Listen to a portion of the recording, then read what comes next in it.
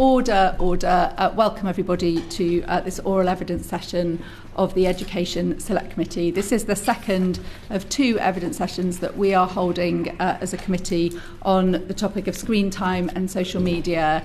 And the purpose of these two sessions is to enable the committee to be informed in the contribution that we want to submit to the government's consultation on screen time and social media, which is currently underway. So we're very grateful to our witnesses for being with us this morning, and particularly as some of our witnesses are sharing direct personal experience of the impact that the lack of regulation of screen time and social media has had on their lives to date. So we are grateful for that.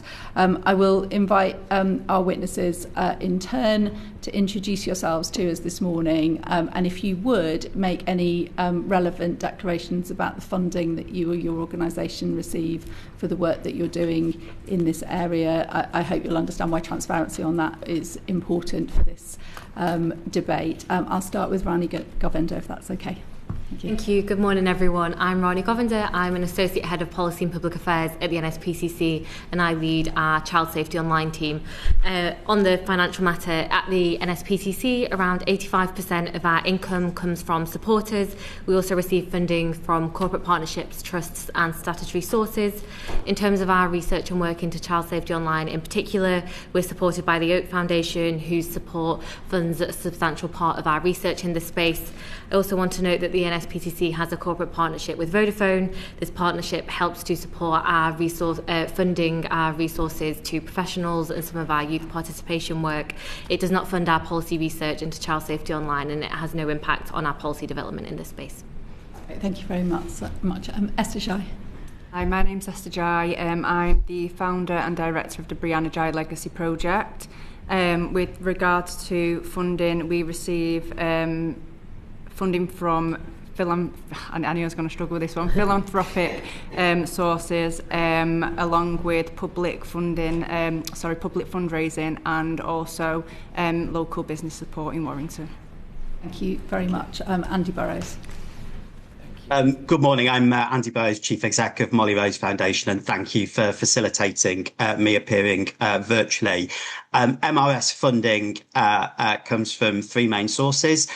We are heavily reliant on trust and foundations, also including the Oak Foundation and the likes of the Royal Foundation.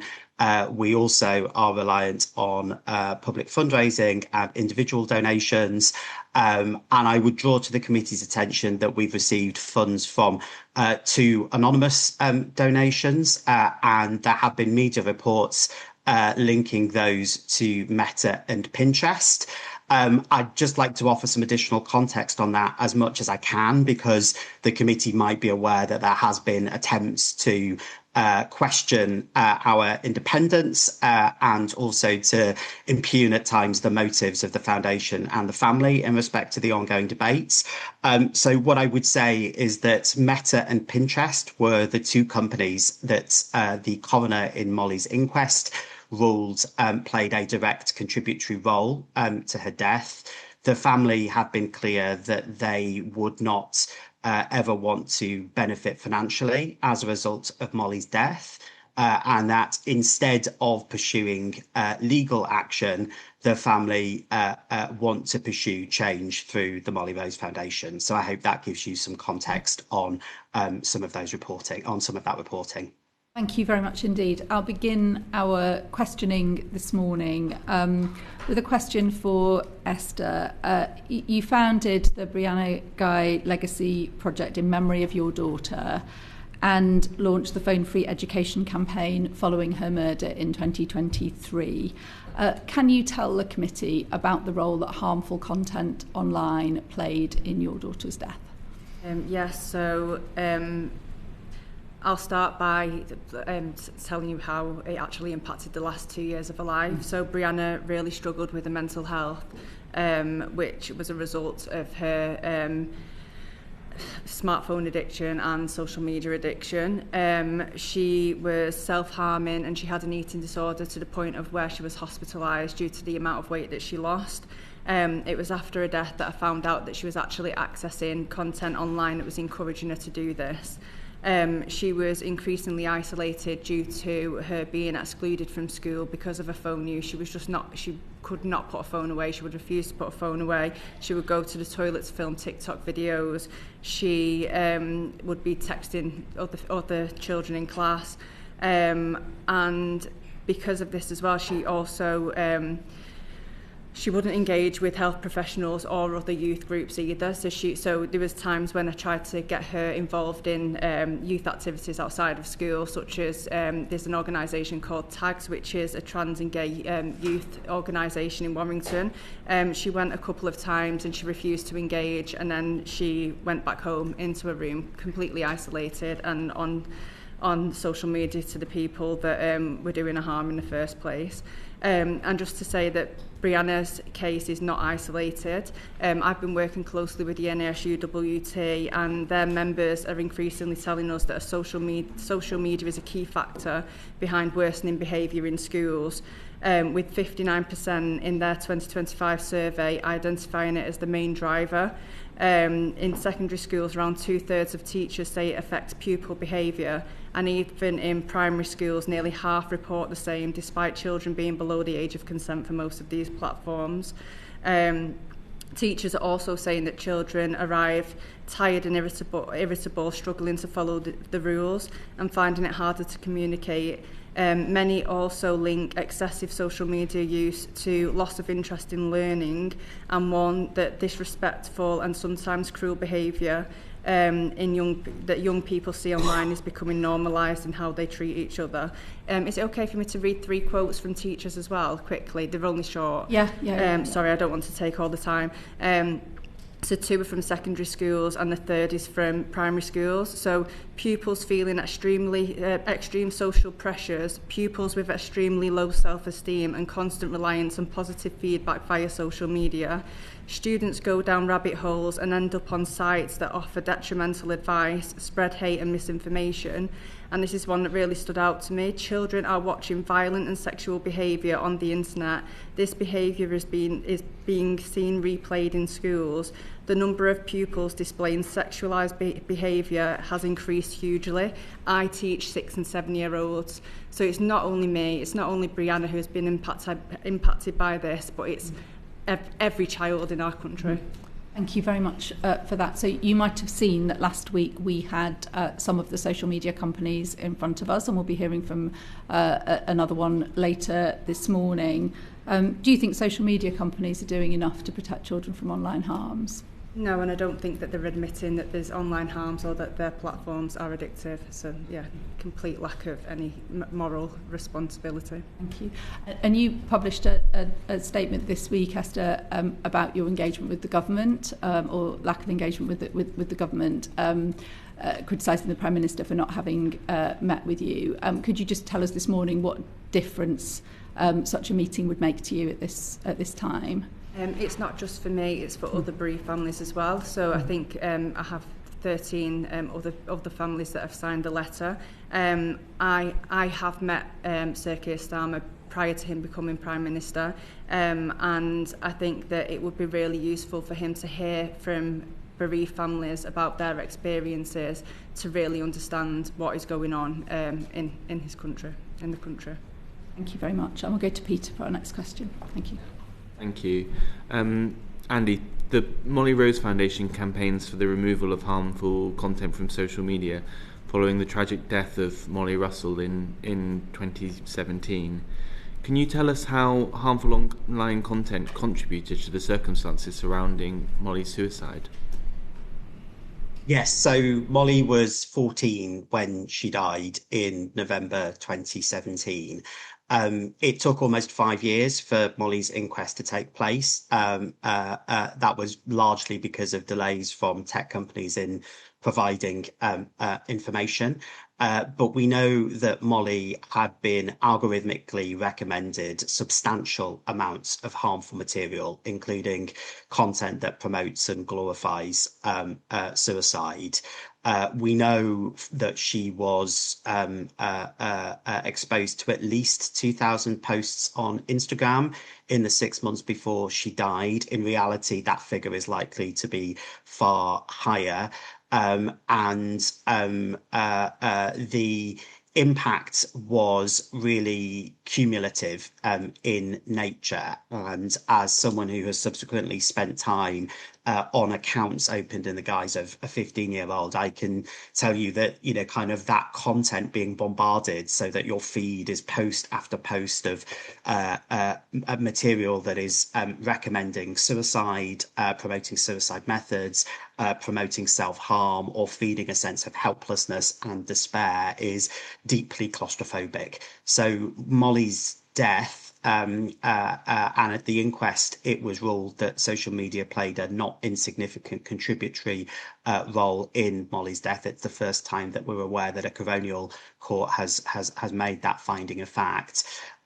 Was a tragedy, but 8 years later, it is one that we know continues to take place. We lose a young person to suicide every week in the UK, where technology plays a role, and the research that MRF has undertaken has shown that actually very little has changed, and on platforms such as Instagram and TikTok in particular, children are still being exposed to a continual barrage of harmful content, and in many respects that content is more impactful and more dangerous than it was 8 years ago. So having heard the evidence from the tech companies last week, where Instagram, for example, was quoting its teen accounts, look, the reality is you can open an account as a 15-year-old and continue to be algorithmically recommended substantial amounts of harmful content. And 2/3 of the measures that Instagram talk about in their teen accounts, our research has shown either are substantially ineffective or just couldn't be triggered at all when being tested. Andy, that's really helpful to hear. You've already mentioned the evidence we took from social media companies last week, where they asserted that they've done a huge amount to protect children online already, that their algorithms are designed to promote positive content, not the most emotionally stimulating. Do you accept those points, and more broadly, do you think social media companies are doing enough in the present moment to protect children from online harms? Social media companies have demonstrably failed to take children's safety and basic safeguarding norms into account. There is an utter absence of safety by design, and fundamentally this is because the incentives on tech platforms are not there for them to prioritise child safety and well-being, whether that is in terms of reducing exposure to harm or more positively in terms of being able to offer a safer, more nourishing experience. Further research that we undertook just before the Online Safety Act came into force showed that 48% of girls, 1 in 2 girls aged 13 to 17, had been exposed to harmful content, that is suicide, self-harm, intense depression or eating disorder content in the previous week. So, listening to the evidence that the companies gave last week, was really what we've seen for many years, an exercise in PR lines and performative steps rather than meaningful action. And I would say, I'm sure we will get on to, what the next steps should be, but ultimately, the Online Safety Act is not doing enough right now to force companies to meaningfully change their design choices and commercial decisions. And until we set the incentives, whatever policy solutions we adopt, until we set the incentives that meaningfully force a change in the culture and the design decisions and the commercial motivations of these companies, child safety will always be a secondary priority for them. Thank you very much. We'll go to Mark Suez next. Thank you. It's a very good time, I think, to ask this question. So, as you know, representatives from TikTok, Meta and Roblox told this committee last week that a ban for social media for under 16s would be difficult to enforce and might push young people into darker, unregulated spaces online. Andy, the Molly Rose Foundation has previously argued that a blanket ban on social media for under 16s wouldn't be the best option. So what alternatives to a ban do you think would provide sufficient protection for children online, and what evidence would you point to support that view? So I would firstly say, what we can see from Australia and our research there is that this is a matter of the platforms demonstrating malign compliance. The technology, the age assurance technology, is there to be doing a far better job than the companies so far have done. But look, what parents, I think, say universally are two things. Firstly, they want to see decisive action. It is clear that parents' patience has snapped, and rightly so, but they also want to have confidence that the next steps in terms of policy solutions will be decisive, and they can have confidence that they will work. And that is why we are concerned that a ban will not deliver. In Australia, we are seeing 3 in 5 children still being able to have access to at least one active account.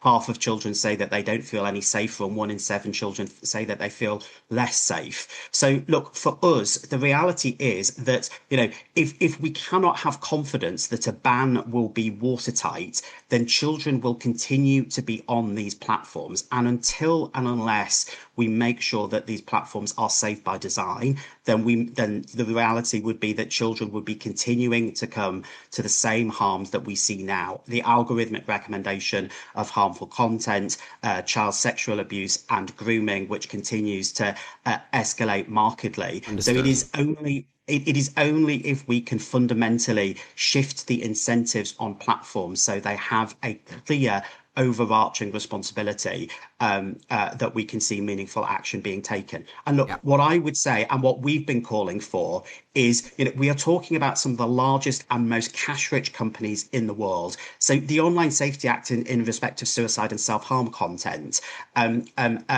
indicated that platforms should be spending the equivalent of what Meta spent for a couple of weeks to advertise on the side of the IMAX on the South Bank in Waterloo on adjusting their algorithms for suicide and self-harm. Until we regulate these companies effectively, and I think the clear parallel is to the way that we regulated banks after the 2008 crash, until the financial incentives are there, and the broader stack is there in terms of making platforms recognise that regulation is not just something to pay lip service to, then we will regrettably just see more of the same. Okay. Just to push you on that point, though, what specifically do you want to see in place of a ban? Because a ban is pretty clear, isn't it? It's pretty unambiguous. And if you're saying these tech companies are subverting it in Australia, despite it being clear and specific, then surely they just subvert the suggestions that you're going to make. So what is it specifically you'd like us to do? Well, I think that is the exact point. When we look at Australia, with this being a signature policy of the Albanese government, when this is something that is, a world-leading experiment, the companies have still been able to subvert this through malign compliance. And that is because, the sanctions, frankly, are not there. So we need to see a significantly strengthened act where, the regime applies with tough sanctions, where this applies and we learn lessons from financial services. And I'm thinking there, for example, of the senior manager regime, so that there are clear personal incentives on senior decision makers in the platforms. Until we change the culture and until we change the incentives, whether we are looking at regulation or whether we are looking at a ban, we cannot expect the outcomes that we need. These companies are just too big to be able to take sticking plaster solutions in respect of. Thank you very much for that. And to Esther, thank you so much for your evidence today and for coming to the committee today as well. We really appreciate it. Now, you have specifically campaigned for age restrictions on social media to protect children from online harm. How do you think an age restriction would help? And what are your thoughts on the concerns raised by organisations last week about the limitations and risks of a social media ban? Thank you. I would like to see the age range. We were having a discussion before, and the NSPCC, sorry, I'm speaking on your behalf now, are suggesting different age ranges for different social media platforms, and I think that I can agree with that. However, at the moment, I think that most of the social media platforms that we have do need to be raised to 16. Just to also extend on what Andy was saying before, so sorry, I've just lost my notes. In March 2026, this is in Australia, the e-Safety Commissioner reported that 2/3 of parents of teens on social media report no age verification process was required, and complaints indicate platforms often fail to act when underage accounts are reported. So we know that that is an issue, and again, it's social media companies not complying to the regulations in Australia. So this is something that we need to do better, but it doesn't mean that we don't do this. Early non-compliance isn't unusual, such as the initial resistance to seatbelt laws or like youth smoking restrictions. And although social media companies haven't been fully compliant as expected, a March 2026 YouGov survey of parents of children 16 and under shows that it is already benefiting young people. So 61% observed 2 to 4 positive behavioural changes, and the reported improvements are 43% increase in in-person social interaction, 38% greater presence and engagement, and 38% improved parent-child relationships. So there are benefits coming from this already. It's just not perfect, and we wouldn't expect it to be perfect straight away as well. Also, can I just say, so last night I was looking through the App Store because as I mentioned before, like there's different apps that require different ages, and a couple of apps that Brianna was on was Omegle and Bigo Live. I would highly recommend having a look at these because like Bigo Live is a little tiny dinosaur cartoon which looks really cute. If you were a parent spot checking your child's phone, you would not look on that. But it is it's live streaming where you meet strangers, and I think it's basically like a dating site. It does say that it's for 18+, but then after looking at those, I was then recommended Monkey Live Video Chat, Twitch live streaming, and Chat Hub, all of which said that that's you need parental guidance, so it's not 18+. And also, like Snapchat is absolutely shocking. So Snapchat on the App Store says parental guidance. Yeah. There is no way that Snapchat is suitable for anybody under the age of 18. And if you wouldn't mind, I'd like to share a story from a parent that I know really, really well, which it's shocking for me. I'm very close friends with this person to hear something so close to home. So her child was contacted on Snapchat by somebody posing as another young person, and over time this person built and formed, so this child, by the way, is an 11-year-old girl. Over time this person built trust and formed what seemed like a friendship. It later became clear that this was an adult who went on to send explicit sexual videos and invited my child to a group chat with other children where sexual images of the children were shared. It was shocking and deeply distressing experience for our family, and it had a lasting impact. We reported everything to the police, but even they face huge challenges. Fake accounts, disappearing messages, and encrypted platforms make it extremely difficult to trace who is responsible. The police were investigating, but have now said that they can't trace the owner of the account, so other children are still being targeted, and this is still going on. So it's just shocking what is happening on a daily basis. Thank you both for your answers. I really appreciate it. Thank you. Thank you very much. We'll go to Caroline Bowden next. Thank you. So I've got a question for Esther and Andy. So I'll go to Andy first. So last week, as you'll be aware, we had witnesses from Meta and TikTok here in front of the committee, and depressingly, although probably not surprisingly, they both rejected the idea that their platforms are addictive, although they did accept that there was a risk of overconsumption. How would you describe the relationship of children and young people with social media, and how would you respond to their claims that their social media platforms are not addictive? I'll start with Andy.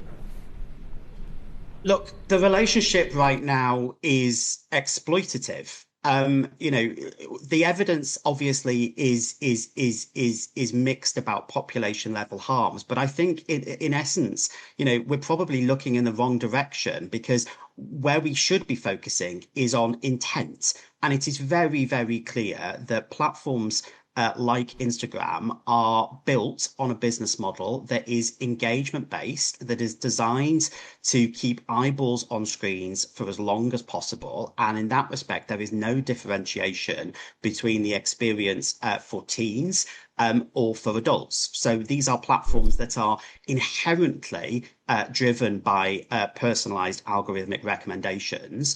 You just have to look at, the recent earnings reports from Meta, where you see time and again that they are boasting about improvements in time spent metrics as a result of their investment in AI.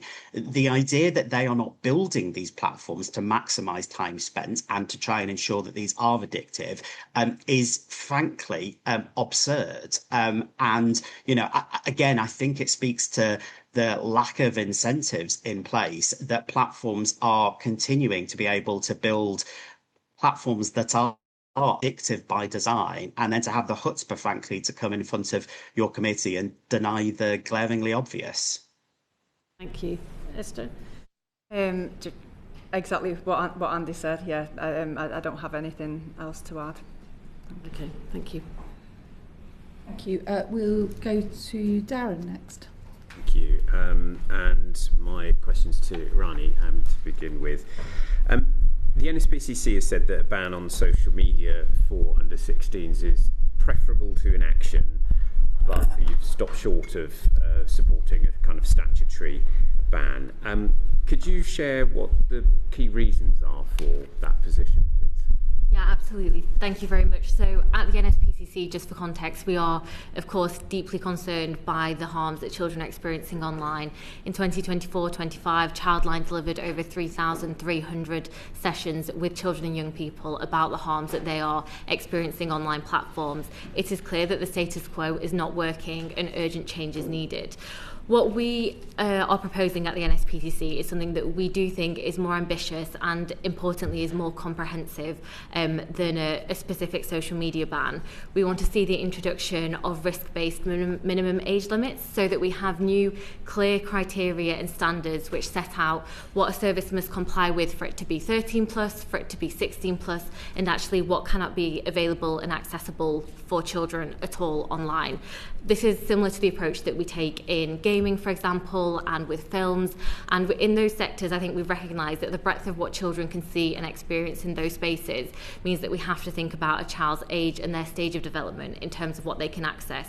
And we don't see any reason why the online world should work any differently. So we want these new standards to be introduced and robustly enforced. In terms of what would go in those, yes, we would absolutely need to look at harmful content as part of that. We also really welcome that the government's current consultation is looking at harmful functionalities. It's crucial that these are turned off for under 16s, things like live streaming, location sharing on social media, and as we've just said, switching off those addictive design features like autoplay and endless scrolling that keep children using them.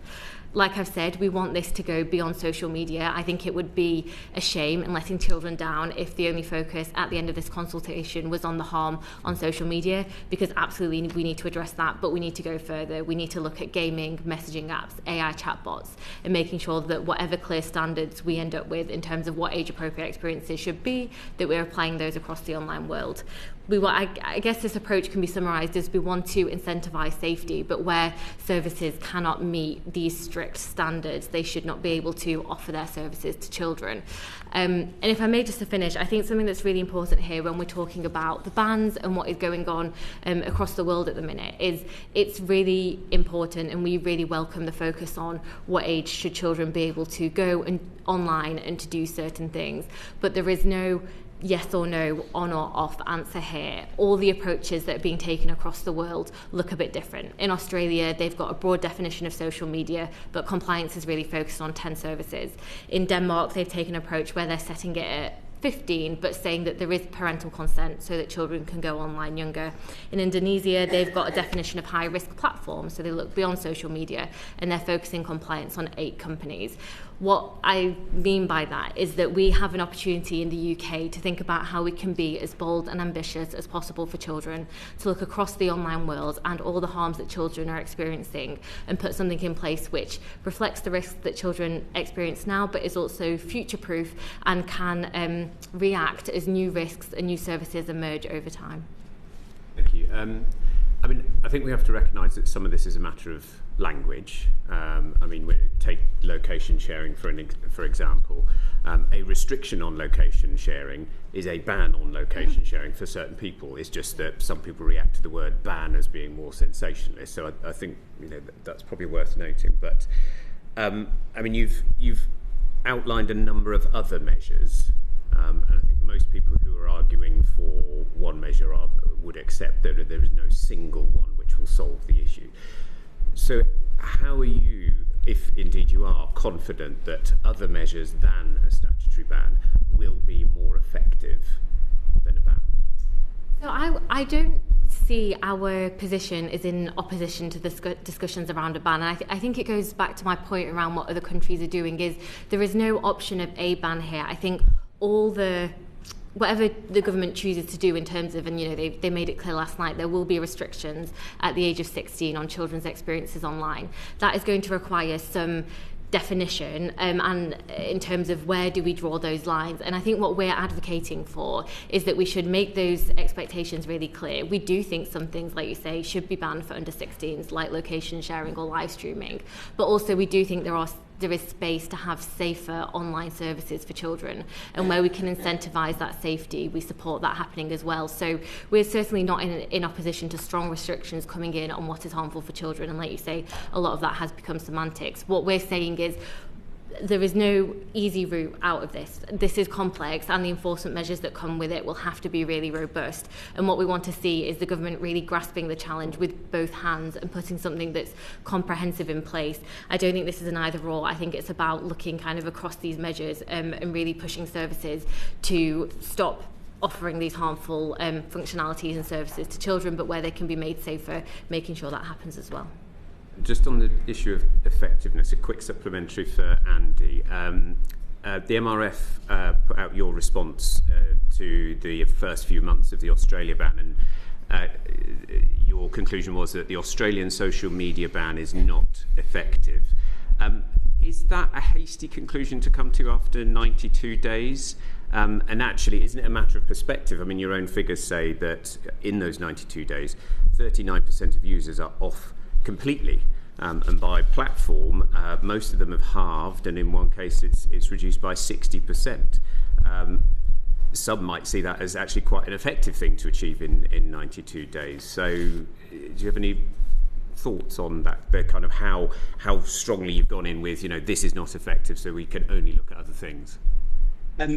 I should say we were also very clear that it is very early days, and there are a large number of systematic reviews that are underway, and in 12 to 18 months' time we'll have a much clearer sense of the harm to benefit ratio. We felt it was important to commission that data given the speed at which public policy discussions are taking place in the UK, but it clearly is only an interim snapshot. I think one thing that is important, though, is that if we do proceed down the route of an Australia-style ban, that we are ready to learn the lessons of what is working and what is not working. And, clearly many proponents of an outright Australia-style ban here in the UK have advocated for it as a decisive firebreak. And certainly what our data suggests is that it is not that, which is not to say that there cannot be advantages that can come from that. So look, this is really an attempt to ensure that we can have a nuanced, evidence-based discussion of what the implications of a ban will look like. And if we do go down that road, that we can ensure that appropriate lessons are learned. And to go back to this issue of malign compliance from the platforms, one of my concerns here in the UK would be that we have two regulators, Ofcom and the ICO, neither of which has been prepared or willing to set out outcome-based measures for what highly effective age assurance looks like. There is no figure that says highly effective age assurance means 95% of children or 90% of children, or wherever you draw that line, what that looks like. Now, if we go down the route of a ban, yes, I think that would be regrettable, but we have to then make sure that is watertight. And so the evidence from Australia, I think, shows us that there are, clear imperatives about how any ban might be brought forward. Caroline. Yes, I just wanted to follow up something with Andy, if that's okay. So if we've seen from the experience in Australia that an outright ban, there are positives and negatives, and it's clearly not working as comprehensively as the lawmakers might have hoped when they came up with it. So do you think a slightly more sort of nuanced approach, sort of along the lines of what Rani was saying, picking out different types of harm, different types of functionality and content, and banning those for particular age groups would be more effective? So saying, for example, if you have access to a chat room with strangers, then the platform has to be over 16, or location sharing or algorithmic content, whatever it might be. Do you think that would work better than just banning a platform per se? That absolutely is the approach that we would like to see, and I agree absolutely with what Rani said. It's important because that then means that we can start to meaningfully incentivize the tech companies. If they want to offer products to younger children, they have to take that high risk functionality out. It also means that we have measures that can apply across the stack, so not just social media, but also gaming companies. And when I look at the risks, particularly the criminal risks around children being groomed into acts of suicide and self-harm, they are taking place on the likes of Roblox and on Discord rather than on social media. So that functionality-based approach is risk-based, it is harm-based, and it means that can apply not just across social media, but across other platforms, gaming services, AI chatbots, where lots of these risks are now also taking place. And it incentivises better behaviour by the tech companies, ultimately. Yeah. Exactly that. Thank you.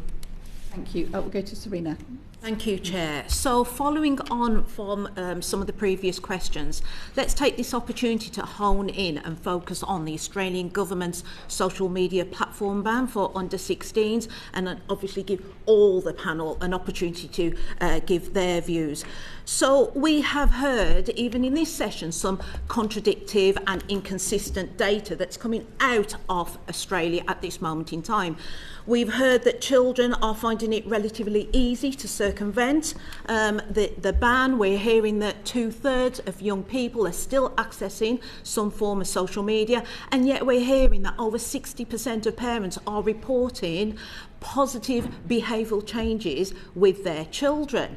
So my question to you is, has it been effective so far, and what lessons can the UK government learn? And I'll start with Esther. I think that based on the statistics that I've presented to you around like the families and parents, I think that for me that shows success. I think that as a parent, the main thing for me with Brianna was the struggles in our relationship. Like, we were just constantly battling over her phone use and over social media. And I think that something that I hear from parents a lot is that they just want to be able to say to their children that no, you are not allowed on this. And I think that kind of works to an extent. So there's a lot of parents that are able to keep the children off social media until the age of 13 because they use that as an age. So I think that for me, I believe that it is successful, but we also need to wait a little bit longer to see the success from Australia. But I think that it doesn't mean that we have to delay, and I think that we could do it better. I think there's already things to learn from there, and I think that the UK could do we can do a better job because we've got the hindsight to learn from as well. Part of the lessons that you mentioned earlier are around compliance. Mm-hmm. Yeah, with social media platforms. Yeah, and I'm hopefully I'm going to stick around to hear Snapchat after on the third panel, and I would also like to offer them my book as well, because they need to know and they need to take moral responsibility. I'm completely disappointed in social media companies, and I think it's about time that they also take responsibility. Thank you. And Rani? Yeah, absolutely. I mean, I think, as you set out, it's a mixed picture from Australia at the minute. We've seen the eSafety Commissioner there shared that 4.7 million accounts have been removed from children since December, and that's not inconsequential. At the same time, we're also seeing the stats that show around 7 in 10 parents say that their children still have these social media accounts, and the Commissioner has set out significant concerns in terms of the steps services are taking to comply. I think what I would say we really need to learn from, though, is what we think about the scope in terms of the Australia social media ban. So they have technically just defined the scope broadly in terms of how social media works, but really compliance is coming down to looking at 10 key platforms, and there is very little to no focus on what other services are doing under that system. Now, I have a couple of key concerns with that. One is that we know that the harms that children face expand much beyond those 10 services. Even if you do get really effective restrictions on those, it's not about children moving to dark or unregulated spaces. It's about them using the other platforms that they're using day in, day out. So I want to, platforms like Roblox, Discord, those that are coming out of scope. So that's why a key part of our recommendation is that this has to go beyond just look on social media and looks at the risk that services are posing and uses risk as the basis for whether children should access or not. I also think it poses a challenge in terms of future-proofing, because if those 10 platforms start to be used less, as hopefully should be the intention in Australia, as other versions emerge and pop up, again, is the legislation going to be adaptive enough to tackle those harms? So that's why we think this focus on the risk that services pose and setting that out as a framework with clear age limits could be much more robust now in terms of capturing the range of harms, but also going much more into the future. And then the last point, again, is to pick up this issue of enforcement. I won't go into it, but just to really reiterate the points that I think all of the solutions that we're looking at here will require a better understanding of who children are online, where are they and what are they doing. Services have failed completely to do that effectively at the minute, and we need much stricter legal powers to force them to do that properly, and the use of not only fines but senior manager liability and the quick use of business disruption measures where services are simply ignoring their duties to children. Thank you. Andy, is there anything that you'd like to add? Two very quick points around enforcement. Look, I think we have to be realistic about Ofcom's approach so far. It has taken them 13 months and an investigation still hasn't concluded to take action against a pro-suicide forum that is directly linked to at least 164 UK deaths. So there are big questions about how we see the step change in enforcement that is required, so we don't end up in a situation where we have a ban, but then we see a similar set of impacts that we're seeing in Australia, where the picture is messy, and then we see it take an eternity for Ofcom to take action in terms of enforcement. I would also just point to an example from South Korea, because back in 2011, the South Korean government banned online gaming between the hours of midnight and 6 a.m. That was in response to concerns about excess use and addiction, and that impacting on pupils turning up to school, being tired and affecting educational performance. Now, in the first few months of that curfew coming into force, we saw immediate benefits. We saw time spent online dropping and some positive indicators. But by year 4, what we then saw was actually children were now spending more time online and gaming than they were beforehand.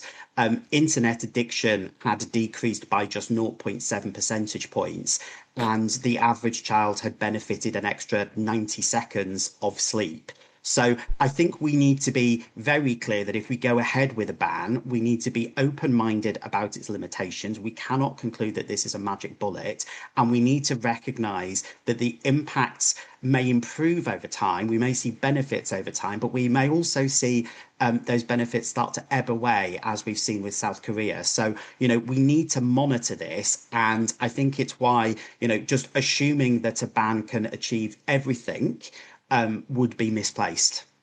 Thank you very much. We are under quite heavy time pressure this morning. It's quite unusual for us to have 3 panels, so I'm going to need to ask our witnesses to be as concise as you possibly can be in answering our questions, and the same to members of the committee in questioning as well. And we'll go to Jess for our next question. Thank you. In July last year, new age verification requirements were introduced in order to protect under 18s from seeing harmful content online, including hate speech, pornography and violence. How effective have these measures been in reducing children's exposure to harmful content, at first focusing on social media platforms and then on other platforms that children might use? And I'll go to Andy first.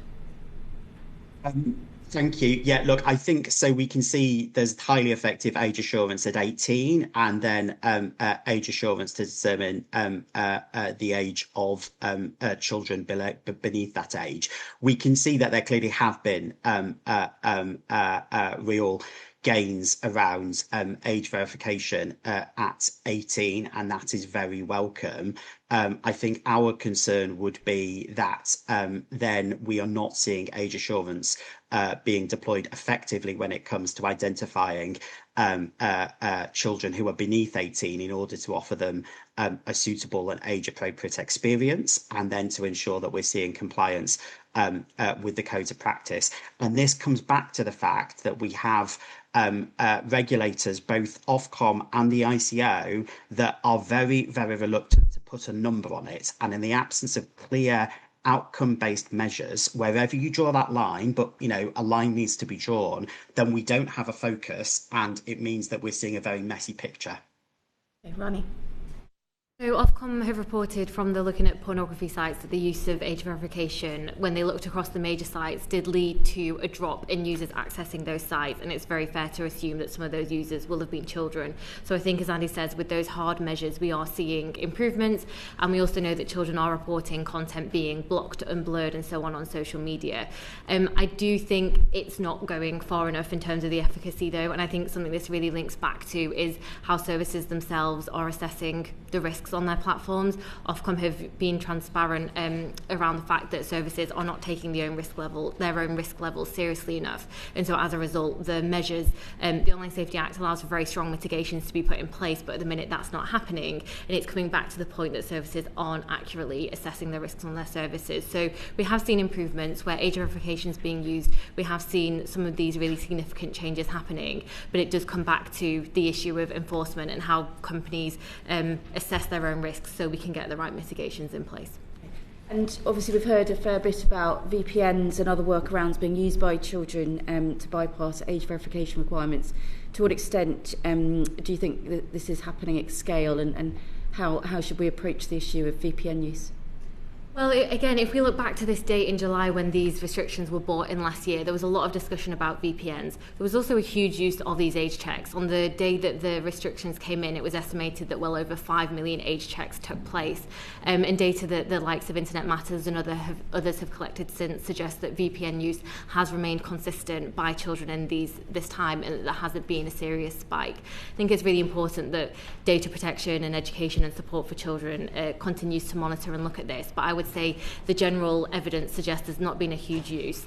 Where services don't know the location of their users and where they're coming from, I think they should take the strongest protections possible until they have a better idea of who their users are, and I think Ofcom providing clearer guidance around companies needing to do that would be welcome, but I don't think the evidence is to suggest that people are bypassing these measures en masse. And did you have anything to add to that? I would agree with that, and I mean I would just add, in Australia we're not seeing a wide uptick of VPNs, largely because of the fact that accounts aren't being taken down. Thank you. Yours is one. To Rani, the NSPCC has, as you said earlier, proposed this risk-based approach to children's access to social media. I think you have explained how some of that will work in practice, but quite interested in understanding the sort of effective enforcement by platforms and regulators a little bit more, because we've also heard quite a bit of criticism of Ofcom here, and of course the current Online Safety Act is meant to be a risk-based system, but the business disruption measures, which Ofcom does have access to, particularly where companies are based overseas, it seems that they are not able to effectively use those business disruption measures in order to enforce the law, I guess, is the point. So what more should be given, I guess, to regulators in order that they can enforce even what we currently have in our current law, let alone future regulations? Yeah, absolutely. I think we do have a really welcome opportunity to kind of strengthen the legislation here. I think something that has been a challenge with the Online Safety Act is this safe harbour provision, which says that if services set out mitigations to address the risks that they found, or Ofcom have said that they've done enough, and also that they can set out alternative ways of keeping children safe, and that they can take a different approach to what Ofcom says. I think we need to remove the wiggle room and the leeway here. I think we have to have clear, watertight standards that set out pretty much in black and white what has to happen, and there's no room for alternatives and taking a different approach. This is the way that it has to be done. On the way that that's then enforced, I think, I agree, the challenge is that Ofcom does have a huge amount of powers at the minute. I would be interested to see the government use this opportunity, not just to strengthen the rules, but also to strengthen the Ofcom's mandate and the expectation that they act rapidly and use these. I think the problem at the minute is we're working through fines and then lots and lots of processes before we get to the point where we're considering using business disruption. Actually, I think we should be looking in a position to say, if a service is not meeting these clear safety duties for children, that should be an immediate lever that Ofcom can pull. I know there's been lots of discussion in the sector around how you could do that so that businesses are disrupted while investigations happen, so we're not waiting for the outcome of lengthy investigations before those measures kicked in. So I would like to see kind of clarity and a push from government to use that as well. Thank you. We'll go to Chris. Thank you, Chair. Thank you for all of you for coming to participate in today's discussion. I have to say particularly Esther, because this is a really emotional topic that's hugely important to all of us. Look, I'm not going to ask Andy this question because I think he's kind of answered it, but just to Esther and Rani really in turn. Do you think that Ofcom and the Information Commission's Office have the right approach to regulating age assurance? I'll go to Esther first. Oh, sorry, I don't know enough about that right. to answer, Okay. really sorry. Yeah, I can come in. We support the approach that the regulators are taking in terms of not mandating one specific way is the only way to do this. I think with something like age assurance, there has to be a range of options, particularly as we're looking at children using these services more, because we know children might not have the hard forms of ID verification that adults are much more likely to have. So we support the idea that it's tech neutral. What needs to be really clear is having that these services meet Ofcom's principles so that they're accurate, robust, reliable, and that they're clearly in compliance with ICO and data protection. I don't think that's been reported on clearly enough, and I think that has impacted public trust. So I'd like to see a lot better public communication around how these mechanisms are complying. But yeah, as we look to have greater age assurance and children using these systems more, I think we have to think about how these systems work flexibly so that they are accessible and safe for all children to use. Thank you. My next question is about the sort of government's announcement this week, or last week, sorry, about existing guidance on restricting mobile phones and putting this on the statutory foot. And I have to say, when I speak to schools in my constituent of Harlow, there's a mixed response to whether it needs to be statutory or not. Some schools say they do it very well anyway. Other schools say it's all well and good making it statutory, but how is it going to be enforced? So I just wanted to ask you, what difference do you think putting it on statutory footing will make, but also potentially what additional support schools and educational establishments will need to ensure that's actually meaningful on the ground? And I'll go to Esther. Thank you. So yeah, I welcome the statutory ban coming into law. I do, from speaking to teachers and from working with the NSUWT, who are speaking on behalf of 300,000 members, I would like to see the out-of-sight policy removed from the guidance, and also funding for head teachers to implement. We know that the out-of-sight policy doesn't work. I know from a personal perspective that it doesn't work because of how Brianna was in school, and I hear from teachers all of the time. I've got some quotes. Sorry, I put my phone away because I didn't realise we were going to go into this. But just to say, the NASUWT, from their Big Question survey, found that members, when asked which pupil behaviour problems cause the most concern on a day-to-day basis, more than a third of members cited distraction of mobile phones in the classroom. And one quote said that pupils believe it's their right to access mobile phones throughout the day, interrupting learning, causing confrontations, damaging their ability to concentrate due to the growing addiction to phone use. And this is what I'm hearing when I go to teachers' conferences. That there's so many horrific stories, and I just feel that teachers should not be dealing with this in the classroom. They're there to teach. And just to say as well that I think that sometimes head teachers aren't in the classroom, they're not kind of in the front line, so they don't see the issues that mobile phones are causing. But yeah, I really do welcome the statutory ban. So I declare I used to be a teacher, so I absolutely recognise what you're talking about. I suppose I would just say my response to that would be, it's okay, put it on a statutory basis, but would you agree that there still needs to be that support? You know, what support can you said about funding, for example, which is I'm looking at Daniel over your head as I said this, but that's important. But what else do you think we are moving on to be able to question schools about? We are moving on to school representatives in just a second, who would perhaps be better able to answer that question. But if you want to come in really briefly, we are getting towards the end now of this just session. The two things really: the out of sight policy to be removed, the guidance to be more clear. So and I think the other points on the guidance are okay, but it's just the out of sight policy to be removed and funding for schools to implement it. That's really helpful. Thank you very much. We're hugely grateful to all three of you for coming to give your evidence to us this morning. I think one of the takeaways from this session is there's actually kind of more agreement perhaps between the three of you and your organisations than is perhaps evident from the public debate on this topic, and that it's been very helpful for us to be able to drill into that this morning. So thank you very much indeed. We're going to move to our second panel now because we are very pressed for time. What I'd say, always say this to witnesses, if there's anything that you didn't feel you were able to get across with the time that we had this morning, please do write to the committee after this session, and we'd be very glad to hear from you. Thank you very much. Order. Thank you. Thank you very much.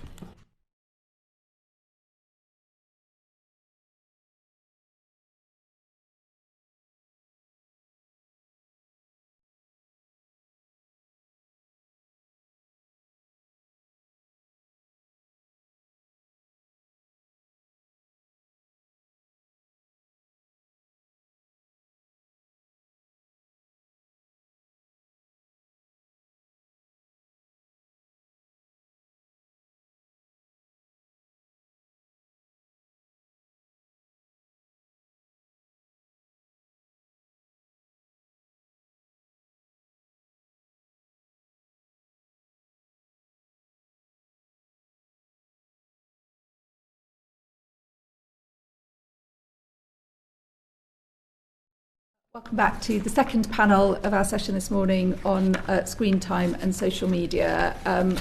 Glad to welcome three representatives from unions representing members of the teaching profession to give your evidence to us. Before I ask you to introduce yourselves to us, I think we might have members of the committee who would like to make at least one declaration of interest. Peter? Chair, I'd like to declare that I'm the chair of the APPG for Schools Learning and Assessment, for which the NEU is the secretariat. Thank you very much. Anybody else? Chris? Just the chair of an officer on the same APPG.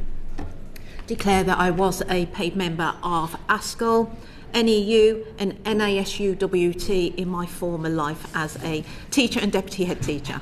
Thank you very much. Lovely. Let's invite members, invite our witnesses to introduce yourselves to us, if that's okay, starting with Darren Northcott. Good morning, my name's Darren Northcott. I'm the National Official for Education at the NASUWT. Middlehurst. Good morning, I'm Tom Middlehurst, the Deputy Director of Policy at the Association of School and College Leaders, ASCL. Thank you. And I'm Daniel Kebede, the General Secretary of the National Education Union. Great, and I'm going to go to Caroline Bowden for our first question. Thank you, Chair. So I'd like to talk to you about the mobile phones in schools. We know that most schools already have some kind of policy prohibiting phone use during the school day. Could you tell us how you think the current approach is working in schools at the moment? And I'll start with you, Darren.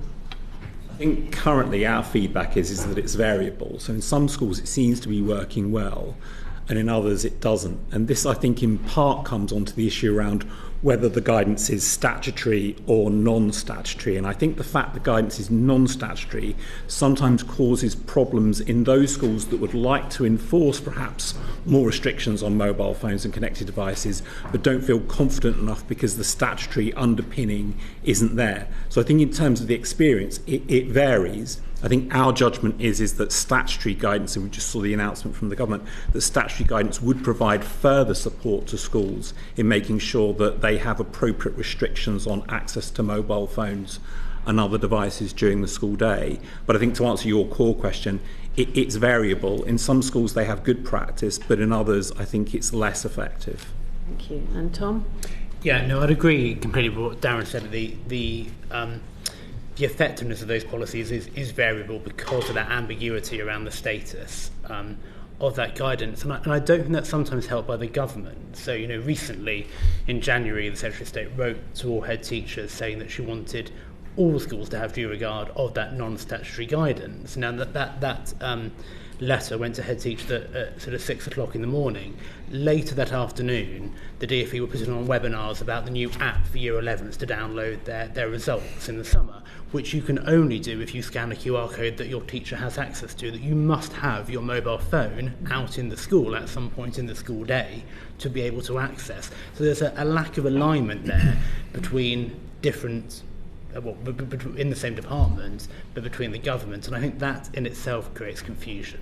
Absolutely, yeah. Daniel? Well, I mean, Tom makes a really important point, actually. So, starting point is schools have had to deal with mobile phone use for decades, and many have really good, coherent and appropriate policies in place. But what we are seeing is obviously technology play a much greater role in education. So many members are talking to us about this need for flexibility, so that actually young people can use their phones at certain points. But what really underpins that is actually budgets are incredibly tight in schools, and there is a deficit of appropriate technology for young people to access. So their own personal mobile phone is something that schools are wanting to use from time to time for reasons as Tom pointed out.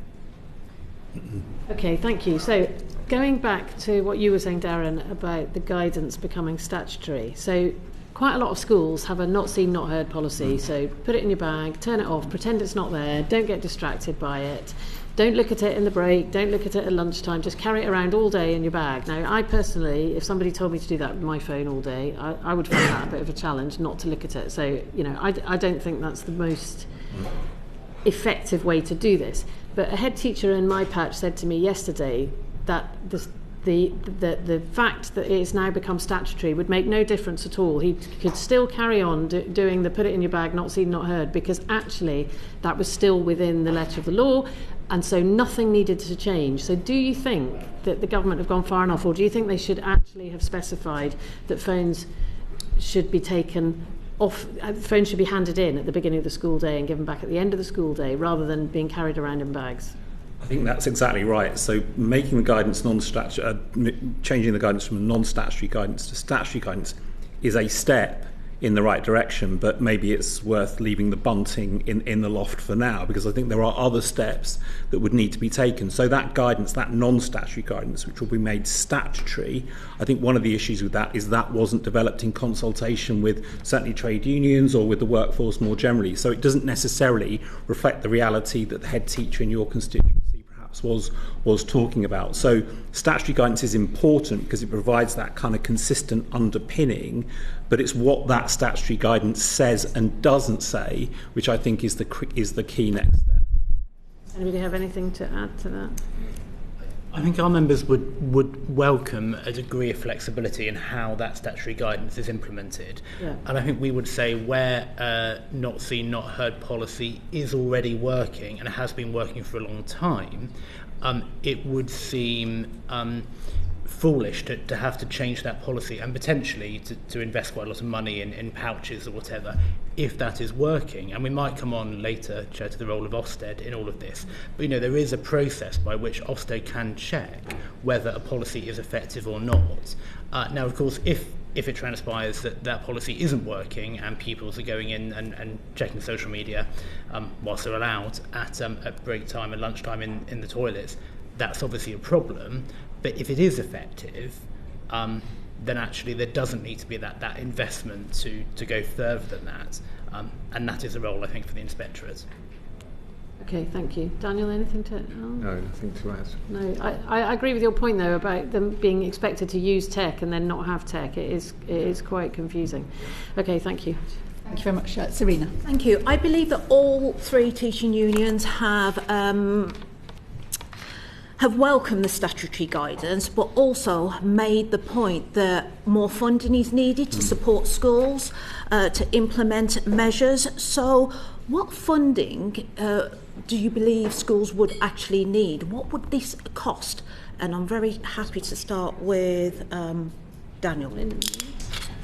So we need to look at funding in the round. There's been a complete erosion of school funding over many years that needs to be corrected and reversed. But in terms of, for example, a pouches system is incredibly costly for a school. You're looking at about £20 per unit. If you've got 1,000 children in your school, that's a £20,000 outlay to get going. So, if we're going to do this seriously, there does need to be the most appropriate funding associated with it as well. Yeah, I'd echo Daniel's points.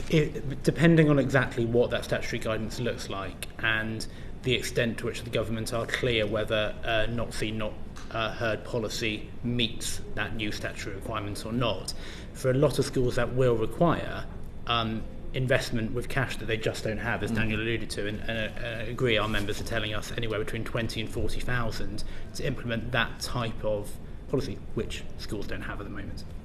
Thank you. Darren, anything you wish to add on that point? I mean, I think our preferred approach, or the approach that we think is the most encouraging, is the lockable pouches approach. Yes. But as Daniel says, that isn't necessarily per unit a huge amount of investment, but it's investment that schools would find it difficult to meet from their own budget. So some amount of kind of national public investment in that, I think, would be very helpful, necessary perhaps to get the best possible practice in place. But it's not something I think we can expect schools to meet universally from their own budgets. Okay, and with Ofsted now examining mobile phone policies and how effective that they are, especially when judging behaviour during inspections, do you welcome that development?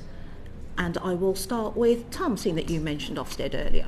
Yeah, well, actually, I think we need to disassociate or distinguish between Ofsted and what they're doing at the moment while that guidance is non-statutory and what might happen in September when that guidance does become statutory. I think we have a real issue with Ofsted, and the word the government used was reinforcing non-statutory expectations, because that leads to the sort of ambiguity that Darren is talking about. Is it statutory or not? Well, if Ofsted are going to report on it, even if it's not, it feels very much like it is to school and college leaders. When that guidance becomes statutory, I think it's absolutely right that we use the inspectorate to check that that statutory legislation is being followed through at a school level. So I think we should distinguish between those two things.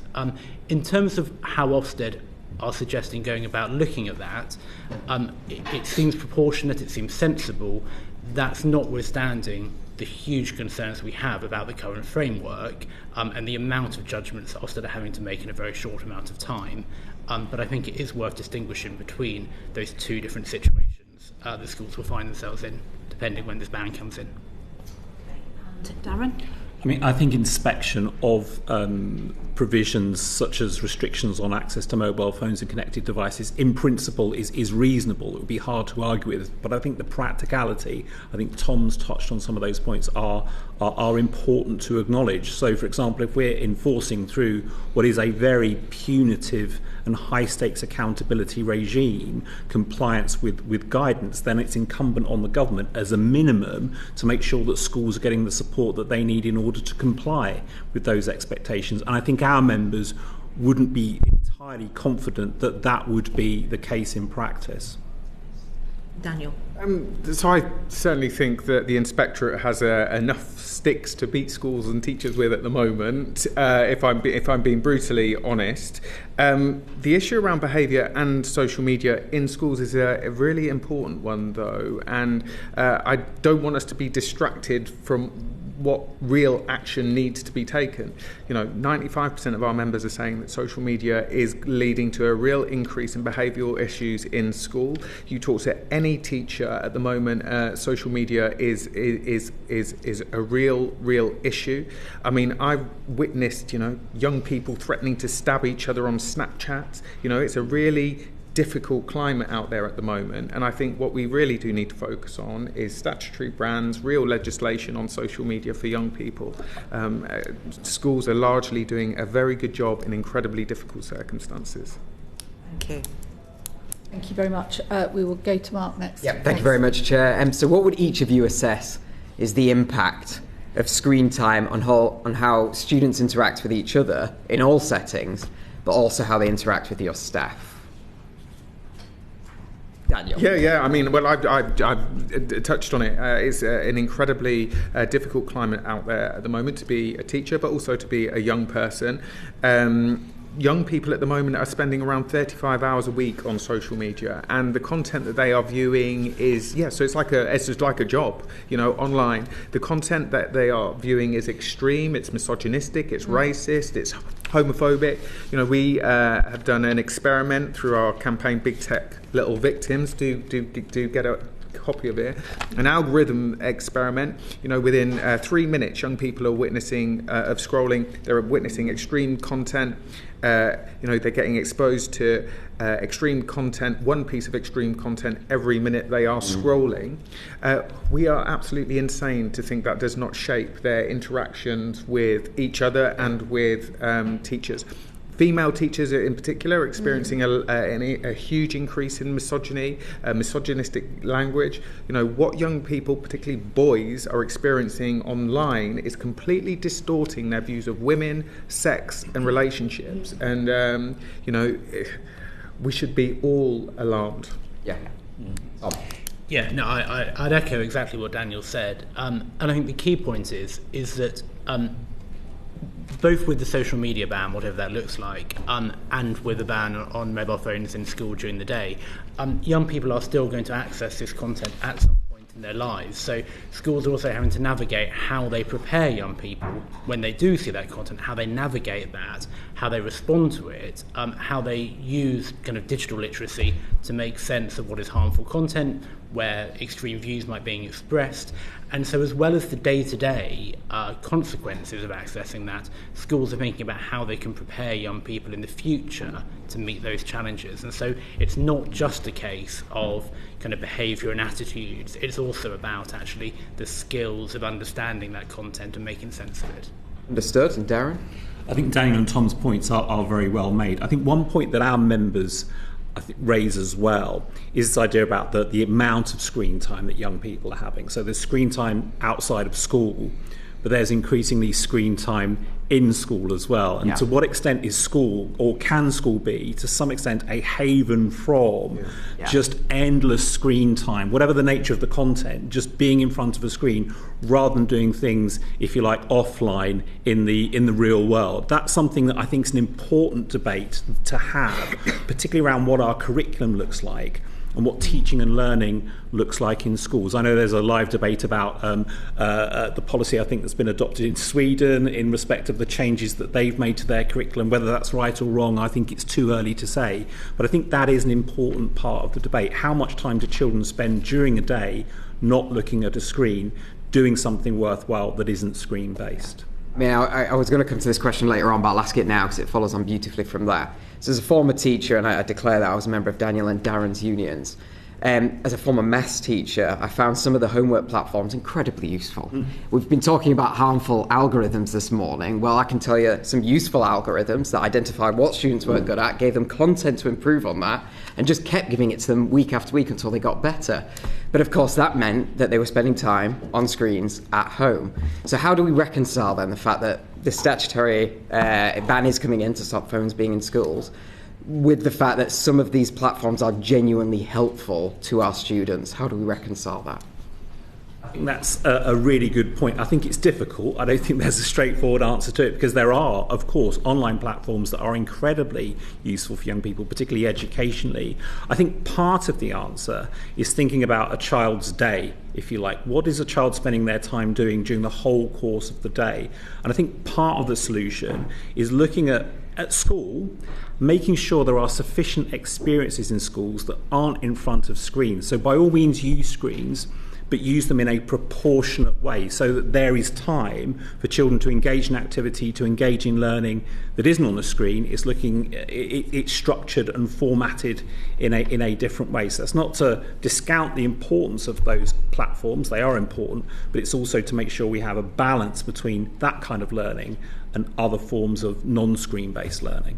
Thank you. Tom or Daniel, a point to make on that? Yeah, I think a lot of the debate around this has been about the quantity of screen time, and actually little is focused on the quality of screen time. What is that quality experience that young people are getting? And I think we could do more to understand what that looks like.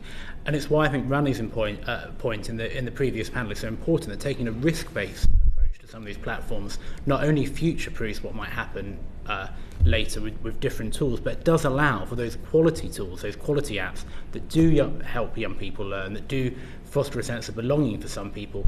They can help young people flourish in a proportionate way. Thank you. Yeah, so obviously the use of online platforms for learning, they must align with the reality of the classroom. Now, schools have different policies on how to use them, and lots of that will depend on their ability financially to be able to purchase devices. But, some devices such as Google Classroom, I think it is, there's an ability to use a device that, allows them to access that portal whilst excluding everything else. Yeah. So we need to take that sort of approach, really. And then just finally, very briefly from me, have your members identified any specific social media platforms that are causing more harm than others? I think they identify a range. I think the names I would share would probably be the names you would anticipate. I don't think there's one that's seen as being particularly more damaging than other. We heard earlier about Snapchat. You do hear quite a lot about Snapchat, I have to say, but I wouldn't want to say that there is a significant emphasis on Snapchat compared with the other social media platforms that are generally used. That's fine, we've got them next, so we'll ask them the question. But also largely ones that allow that sort of group chat. I mean, you can, when we were at school, we could have a falling out with somebody in the day, we could go home and things would cool off in the evening. Now, if there's, inter-pupil disagreements or whatever, or bullying or whatever, it's 24/7 for them because of the nature of these Snapchat and group chats. And actually, we haven't talked a lot about parents in this at all, but actually parent groups on sort of, actually, I was going to say sort of, it's not Snapchat, it's Facebook actually, often for parents, and WhatsApp groups. They are particularly problematic and quite insidious sometimes for school and college leaders. Thank you all for your answers. Thank you. Thank you. Can I just fill in a little bit more on what a kind of good and appropriate approach would look like to the availability of technology within schools? So I think one of the things that you've been saying is pupils' use of their own personal devices, for all of the reasons that we know about the accessibility of social media platforms on those devices, it is problematic in schools, and you support the ban that the government is introducing on those uses, but that there are platforms that are increasingly deployed within schools, including some of those platforms being recommended from the government itself as well. We've had, I think, for a long time, kind of not a particularly adequate articulation of what a kind of appropriate approach to IT looks, and a fit-for-purpose approach to IT looks like in schools. We know that schools have often lagged behind where the rest of the population is at, where workplaces are at in relation to access to technology. From your members and from the work that you undertake as trade unions, what does good look like in relation to schools' access to technology, which is ring-fenced and closed and appropriate for the kinds of platforms that can help with their education within the school day? There's a lot in that question, but I think you're alighting upon, I think, an important point. I think one issue around technology, and maybe this goes back to the point about the use of apps and other platforms in learning, is that sometimes the experience is technology-led rather than learning-led. So technology gets adopted because it's technology and because it's new and because it has different types of functionality. Whereas I think teachers and leaders would probably advocate an approach that was around learning first. So what learning objectives do we want the children and young people to achieve? And then how can technology be brought in to help them achieve those aims and objectives? That, I think, is a better way of thinking about it. You don't always see it. Sometimes schools can be put under a lot of pressure to adopt technology before they've necessarily had the time, and sometimes it is about time, and schools are under a lot of pressure, but the time to think about, well, what technology is going to be useful to help our pupils achieve and make progress with their learning. So that would be one, I think, aspect of a good policy. And I mean, to add to that, I think, the government at the moment are drafting a new national curriculum that, for the first time in a long time, all state-funded schools will have to follow from September 2028. And within that explicitly is teaching about digital literacy.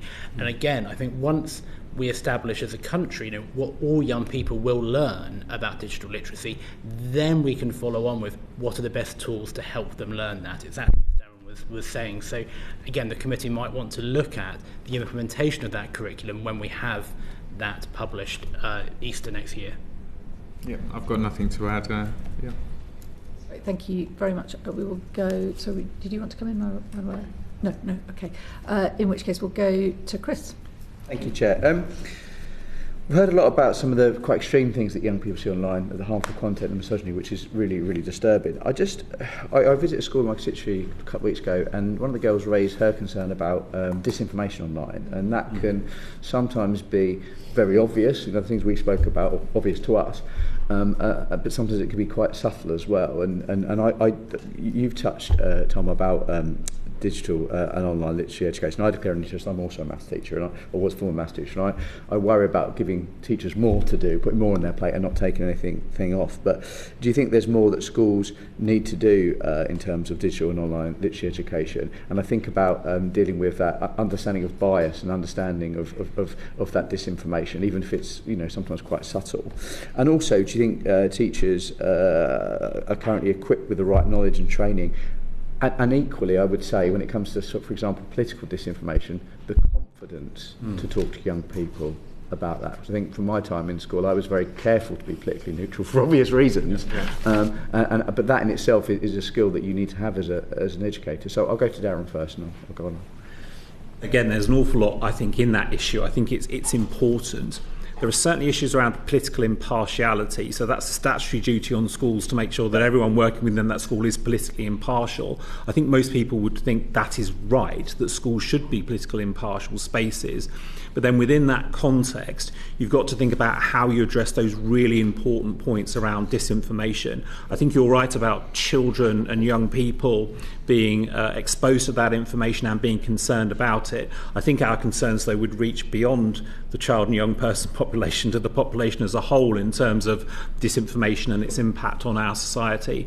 Education has a role to play, and I'm not sure that teachers would report that the training and support that they get is sufficient to enable them to play their part in addressing those issues.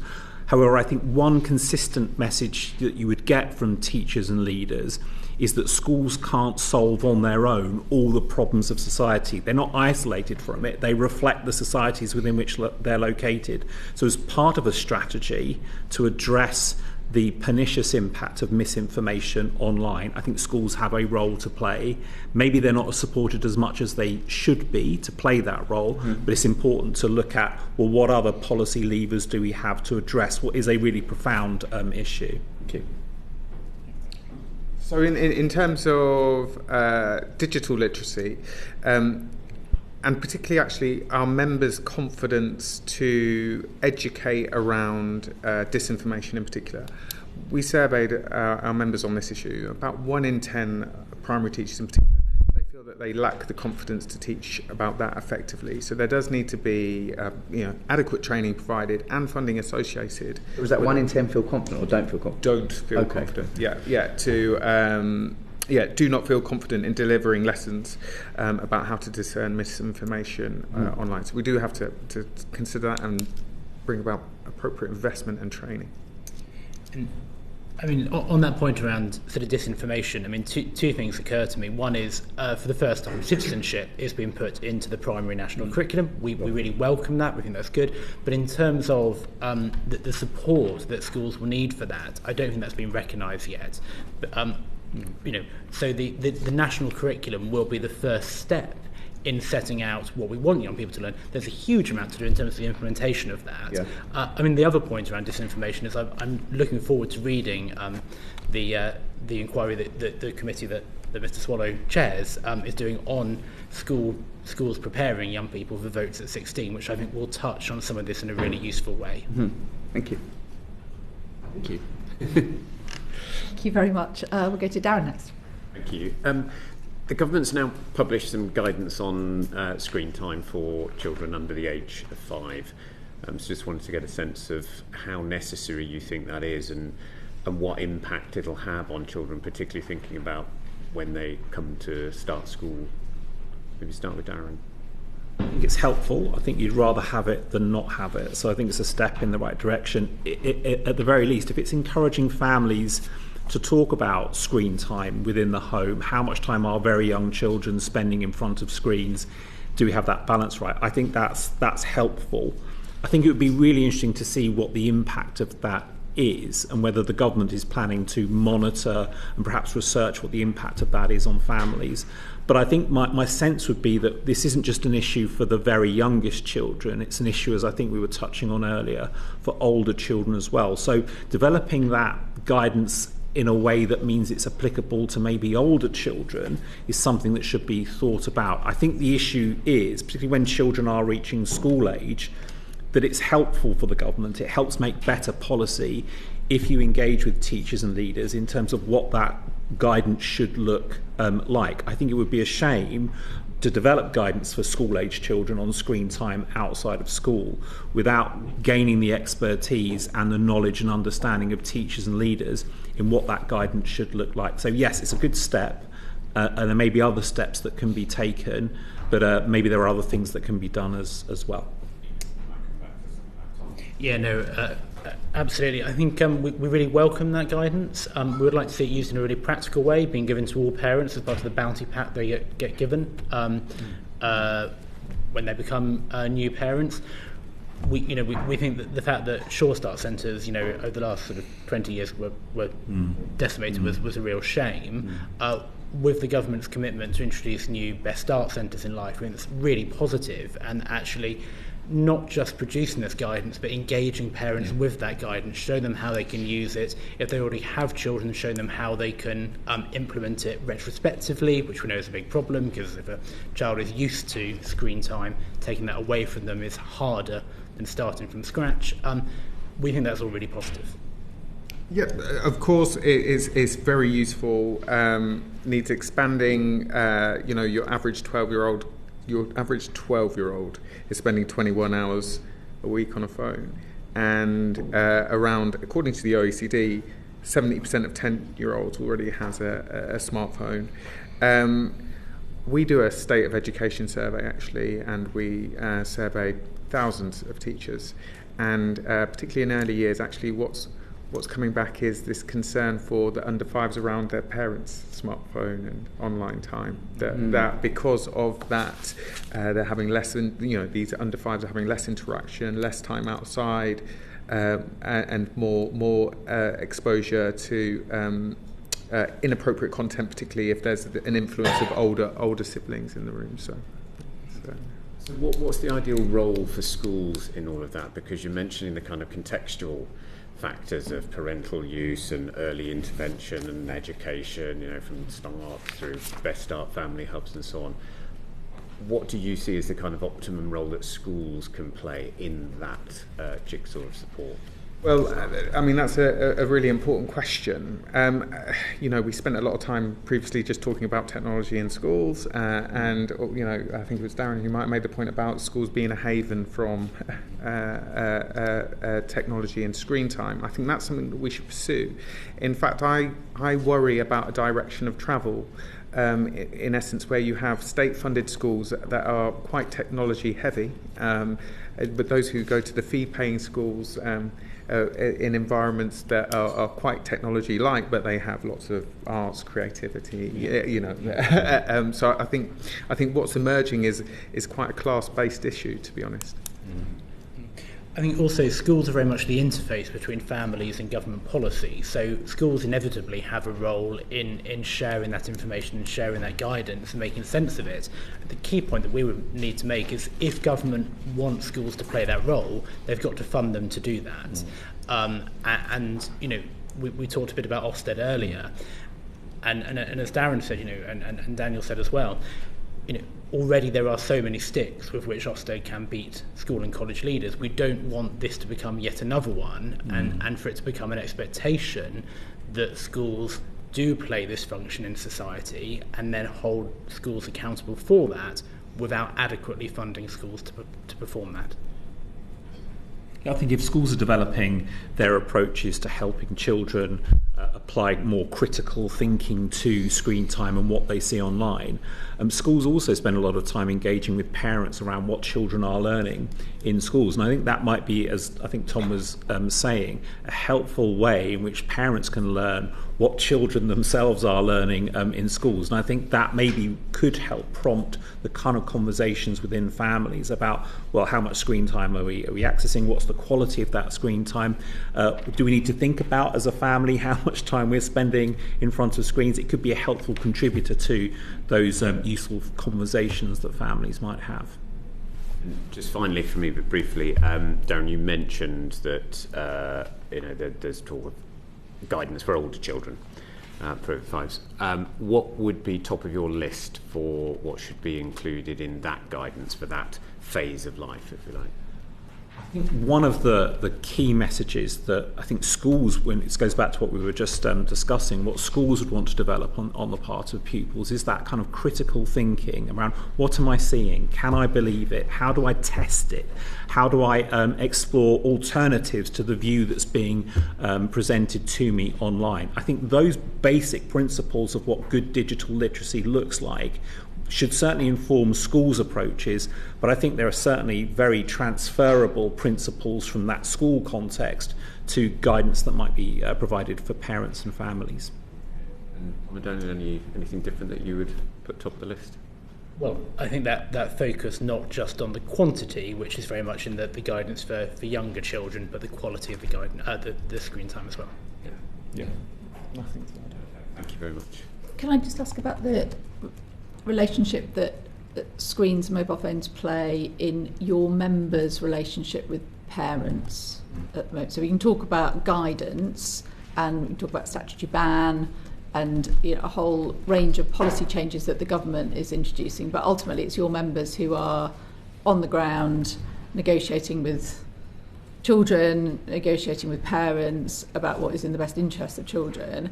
I just wondered if there's anything that you can tell us about your members' experience of that, and is there friction? Is everybody pulling in the same direction in the interest of the child? Is there an adequate understanding of what's in the interest of the child that is shared between professionals and parents, or are there issues that you can foresee as your members seek to navigate the implementation of this new guidance?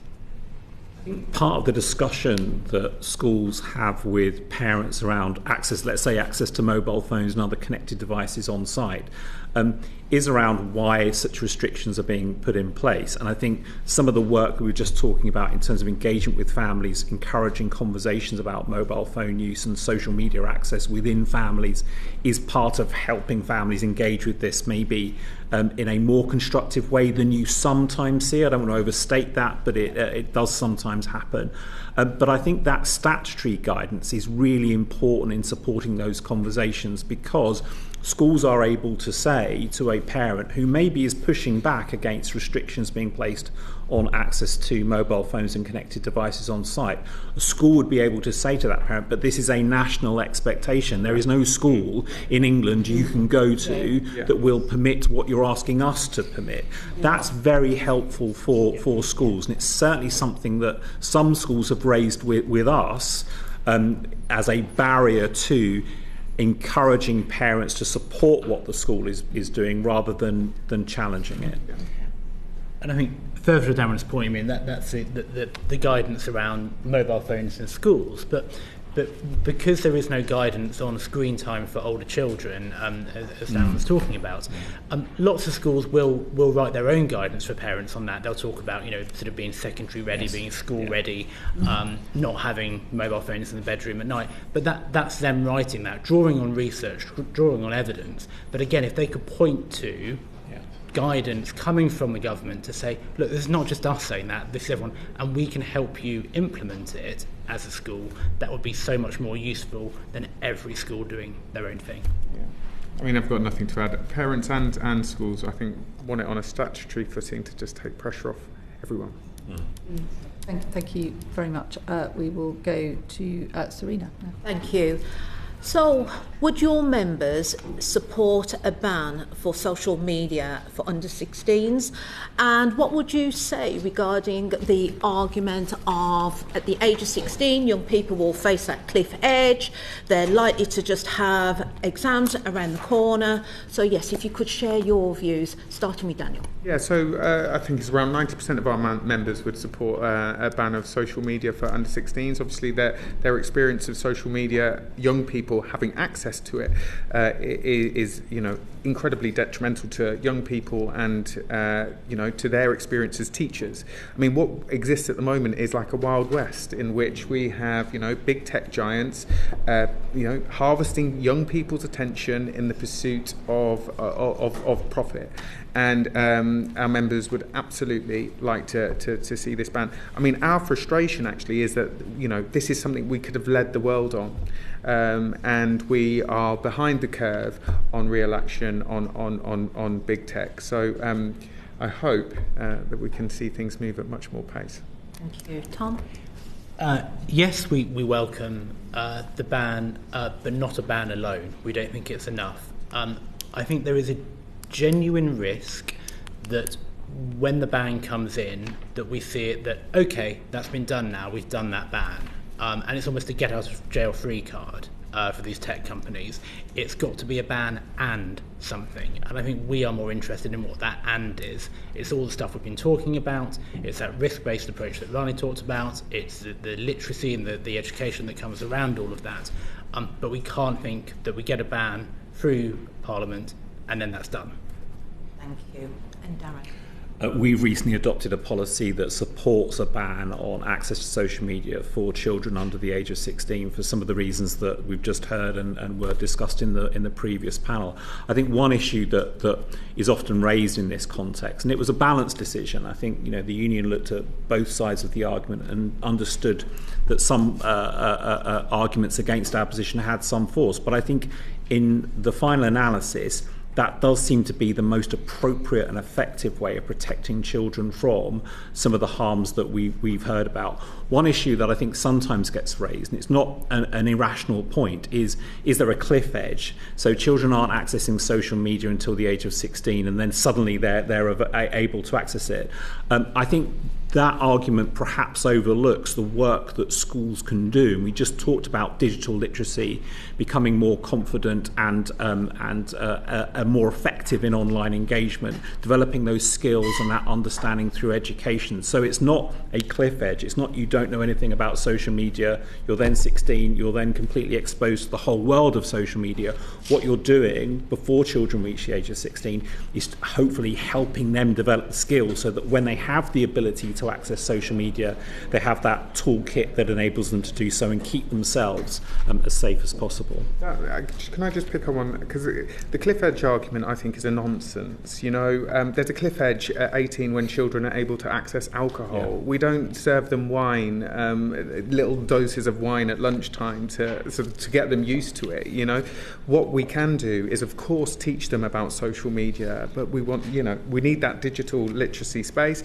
I'd also go further to add, what else do we need? We need a windfall tax on these big tech giants, and we need to invest that in child mental health services. Manuela, do you want to? Yes, thank you, Chair. A new concern included in the government's consultation growing up in the online world was rightly the growth of AI chatbots. And children forming excessive reliance and connection to these devices, including using chatbots to ask for advice. Have your members come across these problems, and what are your views on possible age or time limit restrictions on the use of chatbots by children and young people? So, Daniel, do you want to go first? Yeah, our membership, our profession are incredibly concerned about the young people and the use of AI chatbots, not just only in young people's sort of engagement with them, what it means for teaching and learning broadly as well. I think there's a real problem that the world is moving at such pace. We have not got the space to really educate around it effectively at the moment. And I think that's largely down to how schools are measured. And, if we want to allow that space to have effective education on digital literacy and AI, I think we have to change how we do accountability, to be honest. I'd come back to that point around digital literacy and education. I think it's about how you use those platforms in a healthy, sensible way, because they certainly have value. And again, taking a risk-based approach to all of this would mitigate the fact that these things are moving more quickly than legislation will allow for. These platforms will change and iterate in a way that laws just can't keep up with. So we have to take that risk-based approach coupled with education of young people and how to use them safely, effectively and ethically. I think part of the use of AI chatbots for that purpose is because a child can't identify an alternative source of advice. So you go to whatever AI platform you're using and ask it for advice, and it does raise concerns, and it's something that our members have flagged. I think part of that is saying, how do we make sure that children do have an effective source of advice if they have something on their mind, if they're concerned, if they're anxious? That's why we've supported moves to have school-based counsellors available in every school, so that there is a trained counsellor who children can approach to discuss their concerns. So it may be driven by the fact that for many children, they've got no other source of advice, no one else they can talk to in confidence other than an AI chatbot, and that is quite distressing. Thank you. We've talked about social media platforms, we've talked about AI chatbots. This committee recently hosted a group of primary school children in Parliament to talk to us about reading, and we've got a separate inquiry about reading for pleasure, and they were, most of them, really enthusiastic readers, and it was lovely to talk to them about their experience of reading. But partway through that session, the teacher said to them, we were talking about what some of the barriers to reading for pleasure might be, and the teacher said, well, there is something, isn't there, children, that a lot of you spend a lot of time on that might mean that you're not always reading at home. And what she was getting at, and the answer that came forthcoming, was Roblox. And so I just wonder if you could say a little bit about your members' experience of the impact of gaming platforms that also enable children to interact with each other, but are also enormously absorbing of their time on their education, and whether, as we're considering our response to the government's consultation on banning social media, whether it needs to, we talk about social media, whether actually the definition of what is within scope needs to be broader than what we would classify narrowly as social media platforms alone. I think it's about identifying criteria you can apply to different platforms to see whether they should be in scope or not. And those kind of gaming platforms, children do spend a lot of time on them, and whether they should be in scope or not, I think is a legitimate question. I think there's a more fundamental question, though, which is around the amount of time. This perhaps reflects what we were saying before. How much time do children spend in front of a screen anyway, whether it's Roblox, whether it's something else? And I think this is a wider debate about the balance of screen time versus non-screen time in children's lives. But yes, I think that should be in scope, and it certainly should be considered.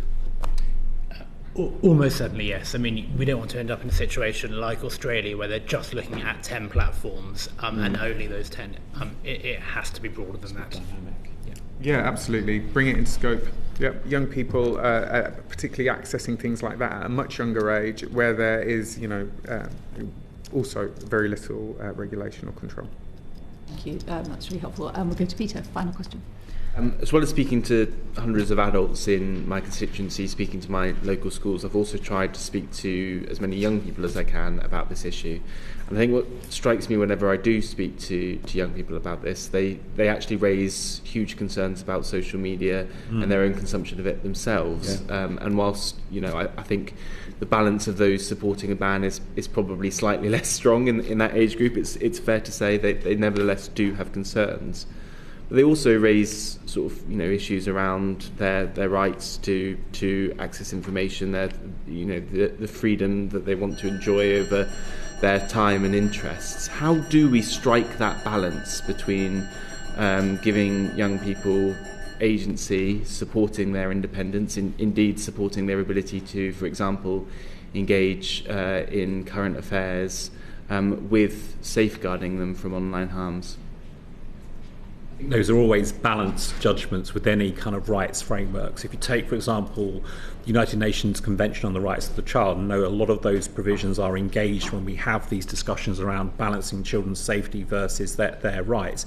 I think proportionality is quite important. Certainly our view would be that if you take Article 3, for example, of that convention, which is about the state's responsibility to act in the best interests of the child, that has particular weight. But children do have rights around data protection and privacy, and that, I think, is those issues are engaged around age assurance, for example. If children are sharing data to have their age assured, how is that protected? So yes, there are balances of rights that need to be considered here.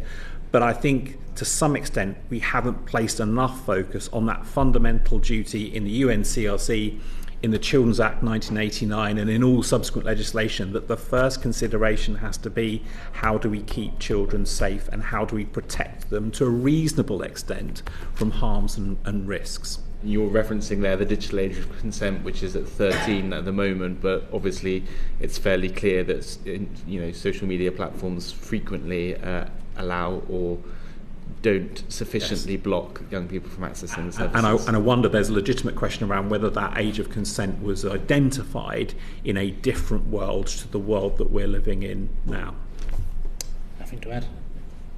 So I met with quite a large group of students in Northern Ireland last week, and they were asking me questions, and they asked me about social media and what I thought we should do, and I said, I think we should ban it for under 16s, and there was this huge gasp. I think we have to remember that these are young people and we are the adults, and like tobacco or alcohol, social media is something that needs regulating because it is harmful, and it is incredibly harmful to young people. Now, when I do speak to young people about what they like about social media, is it provides them with some sort of community, and I think what we need to do is invest much more in making the real world their community. Youth clubs. I was speaking to a young LGBT person who was like, I've found social media useful because I've been able to meet other LGBT young people. We need to make the real world that safe space rather than these online unregulated spaces.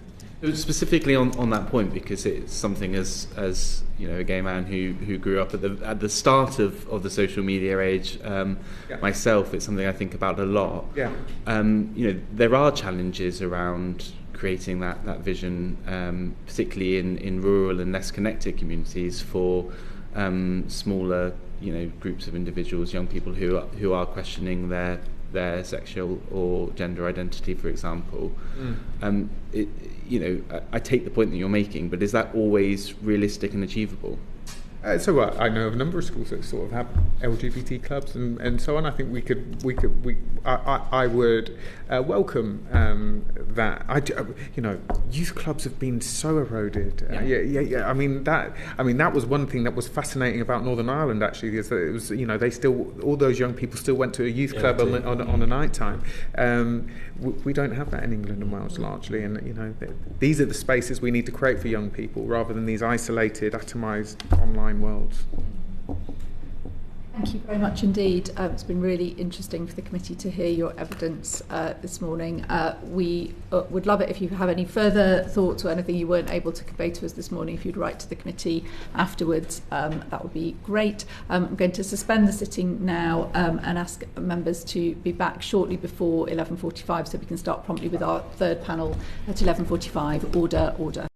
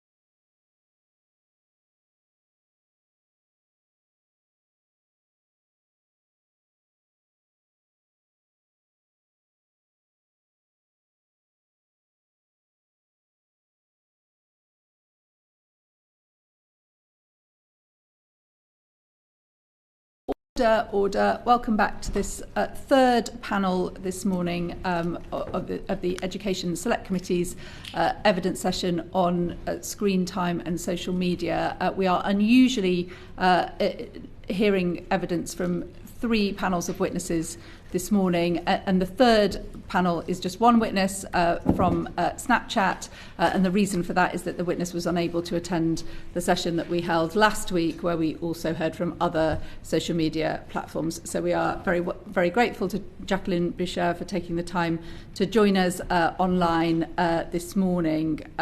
Jacqueline Boucher, can I ask you to introduce yourself to the committee, please? Certainly. Thank you, Chair, and hello all.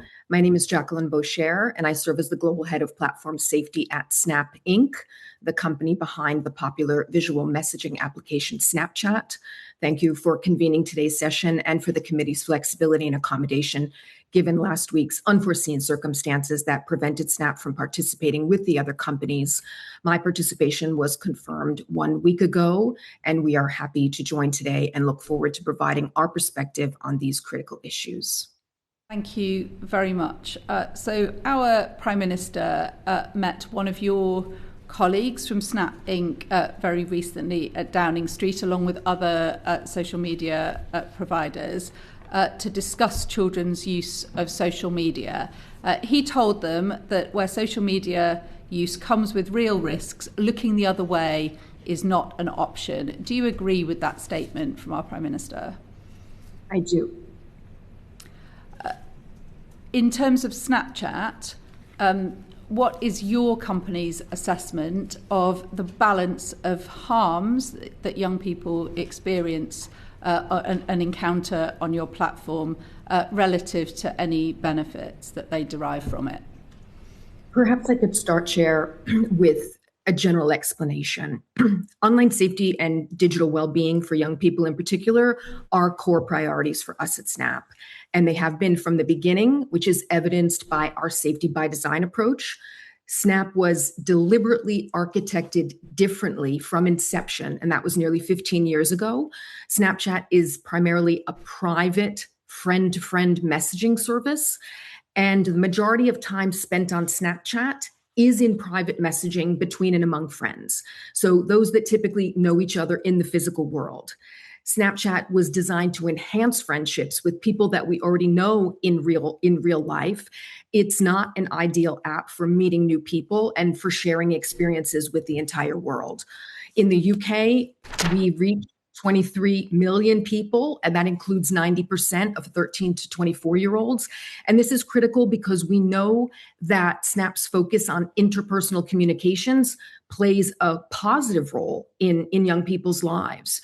Research that we supported that was conducted by King's College London specifically examined exactly what young people are doing on our platform. And it's clear that Snapchat plays a vital role in strengthening those social bonds between and among young people. Just by way of a couple of examples from that research, 80% of the young people aged 13 to 24 say that they stay in touch with friends on Snapchat that they don't often see in real life. It also helps 78% stay connected with close friends that they do see in real life. And 69% say that they use the platform to stay connected with family members. So the bottom line here is that not all platforms are the same, and Snapchat is in fact different from traditional social media. And so my question was about the balance of harms to benefits. Can you talk about your company's understanding and articulation of the harms that young people encounter on your platform? Well, as I mentioned, we've made these deliberate design choices from inception to help teens protect, particularly from unwanted contact. We conduct research every year in 6 countries, including the UK, and this is not research particular to Snapchat, but it's across platforms, across services, across devices. And we are asking 13 to 24-year-olds, and we're asking parents of teenagers what kind of risks they face online.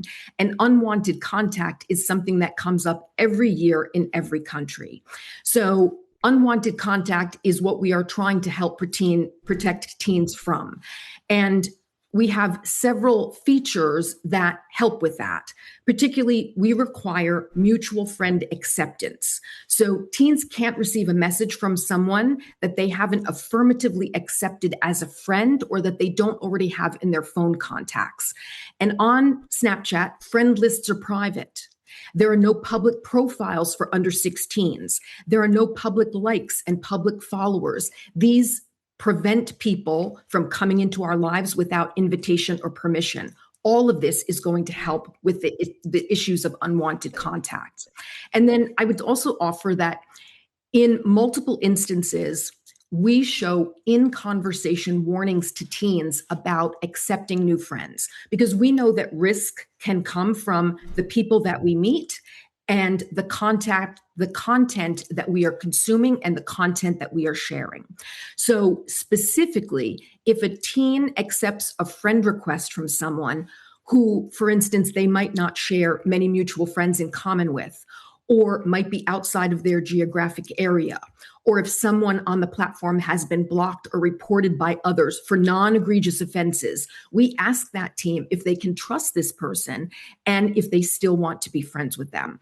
And I think it's important to note that in a given week, we display these in-app warnings more than 14.5 million times in the UK to 3 million UK users. And that results in nearly 45,000 blocks and 200 reports. And then finally, another piece that we have is our parental supervision tools.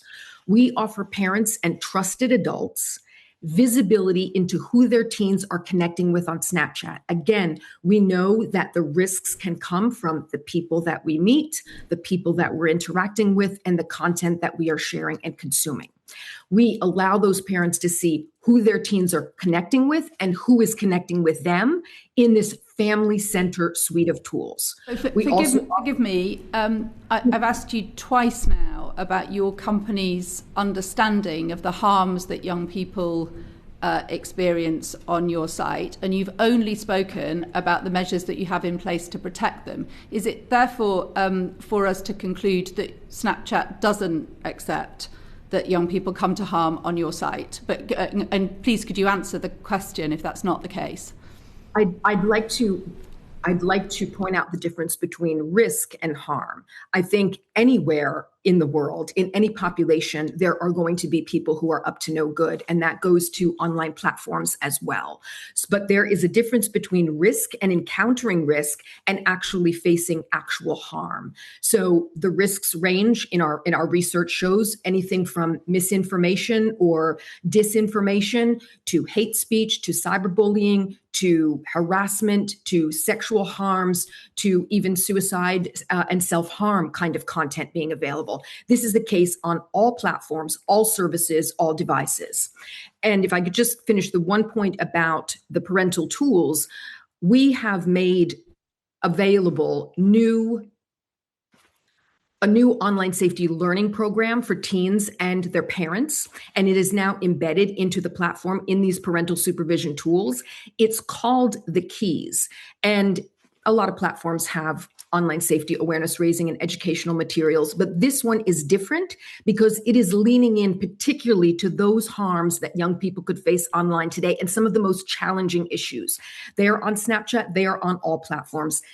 Chair, these are whole of society issues that we are dealing with. They are not particular to technology, but technology is certainly manifesting them and amplifying them. So the unique harms that we are dealing with in this learning program are illicit drug activity and financial sextortion and the consequences and risks of sharing nudes and intimate imagery online and cyberbullying and harassment. It's not by any means the be-all, end-all, but it's something that we're leaning into to make sure that we are arming young people, arming their parents with what they need to know about these issues. So we're going to drill in now to some more of the detail on what the experience that this committee has heard about from parents and from some of the research organisations that are independent about the experience that young people have on your platforms. Manuela, do you want to come in very briefly, if that's okay, because Jess has got an important question next on that.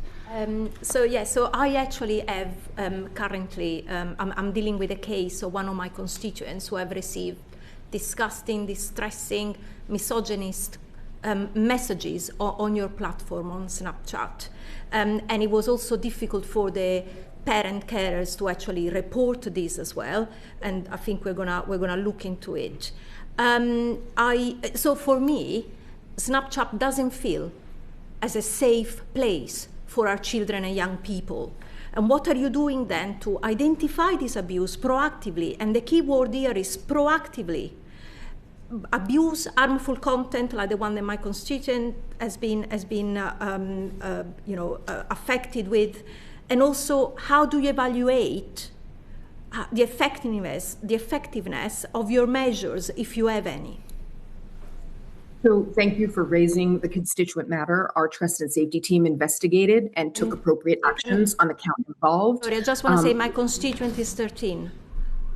We briefed your office earlier today. And to protect the privacy of those impacted, particularly minors, we think that further details are best handled offline. But I do want to emphasize that we take reports of harm extremely seriously, and we act swiftly to address them.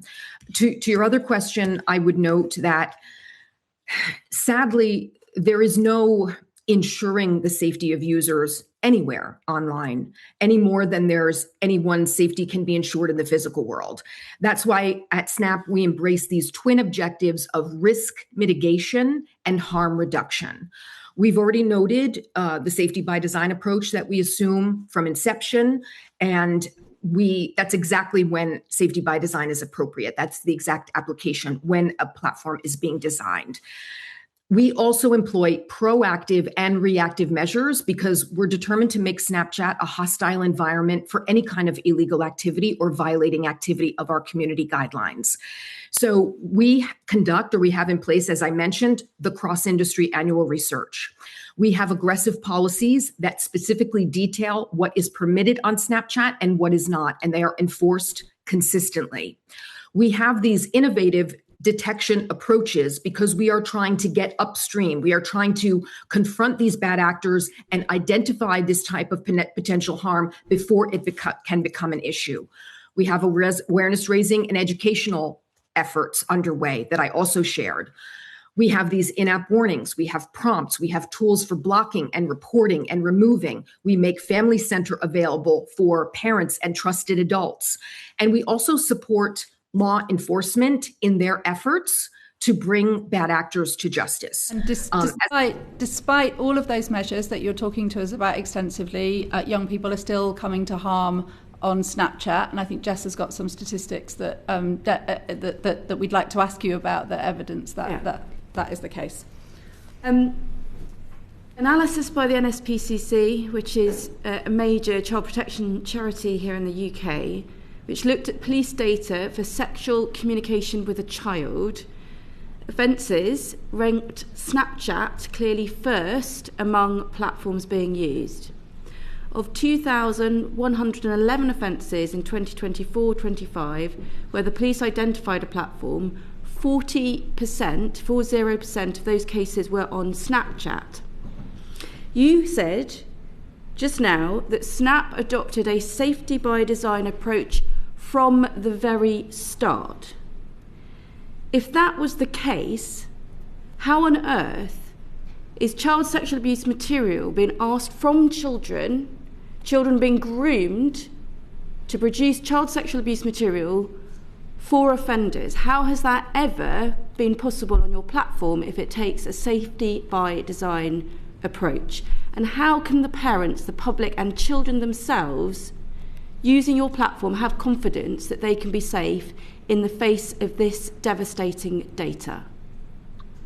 I'm well aware of the NSPCC's efforts and this research that they do on an annual basis. And we have been in discussion with them for a couple of years now, actually looking into the methodology as to how they survey police forces and what police forces are identifying as SNAP as being involved in some of these cases. I would posit that perhaps they are not always looking at SNAP as the platform at issue, but the platform that could be implicated in some other way. There are often You're denying this police data exists on communication, sexual communication with a child offences being related to anything to do with SNAP.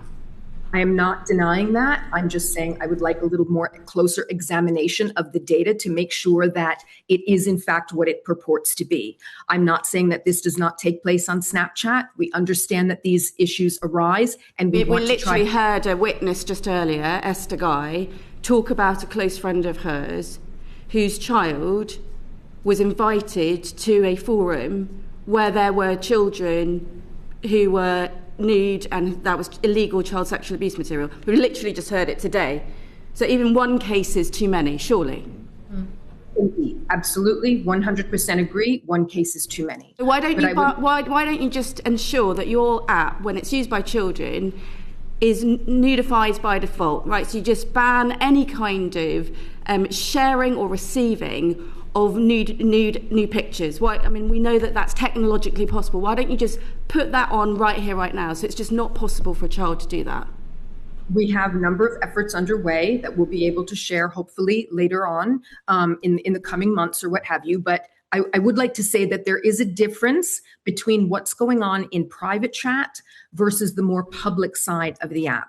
The private chat portion of Snapchat is really the 21st century equivalent of a telephone call. And we can't dive into what's happening in that private chat any more than we can listen in on what's going on a telephone call. So we really do rely on people reporting to us if there are bad actors, if there is bad behavior going on the platform. The difference, of course, is that if we're talking about a telephone call on a landline, that would happen in a child's home where there were other people around. So does that statement that you just made about Snap being unable to police communications between your users in private not directly contradict your statement that this is safe by design for children? Safety by design measures are incorporated from inception. That means trying to determine how a platform could be misused or abused. Those considerations were taken into account 15 years ago. I would hope the committee would agree that the online safety risk landscape has evolved markedly over the past 15 years. I, for one, have been involved more than 25 years, and it has evolved markedly.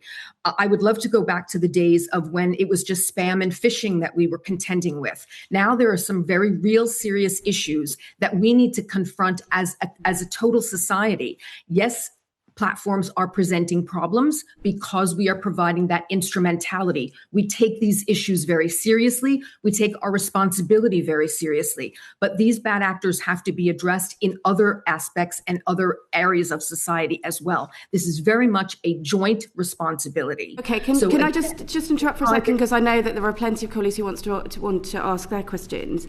It is absurd that 15 years ago, the sharing of child sexual abuse material was not a problem. It was. There were issues right from the very design of the internet and then social media platforms involving illegal child sexual abuse material, and these issues were raised consistently by child protection organisations, by security organisations like the police. So your safety by design from the start ignored these very serious issues of protecting children. And I'm sorry, but it's just absurd that you think that this is something that has appeared just in the last few years when we know that is simply not the case. You can't have a safety by design system that doesn't think about child sexual abuse. And if I may, I would say that unfortunately, child sexual exploitation and abuse has been that thread that has been consistent throughout my career in child protection.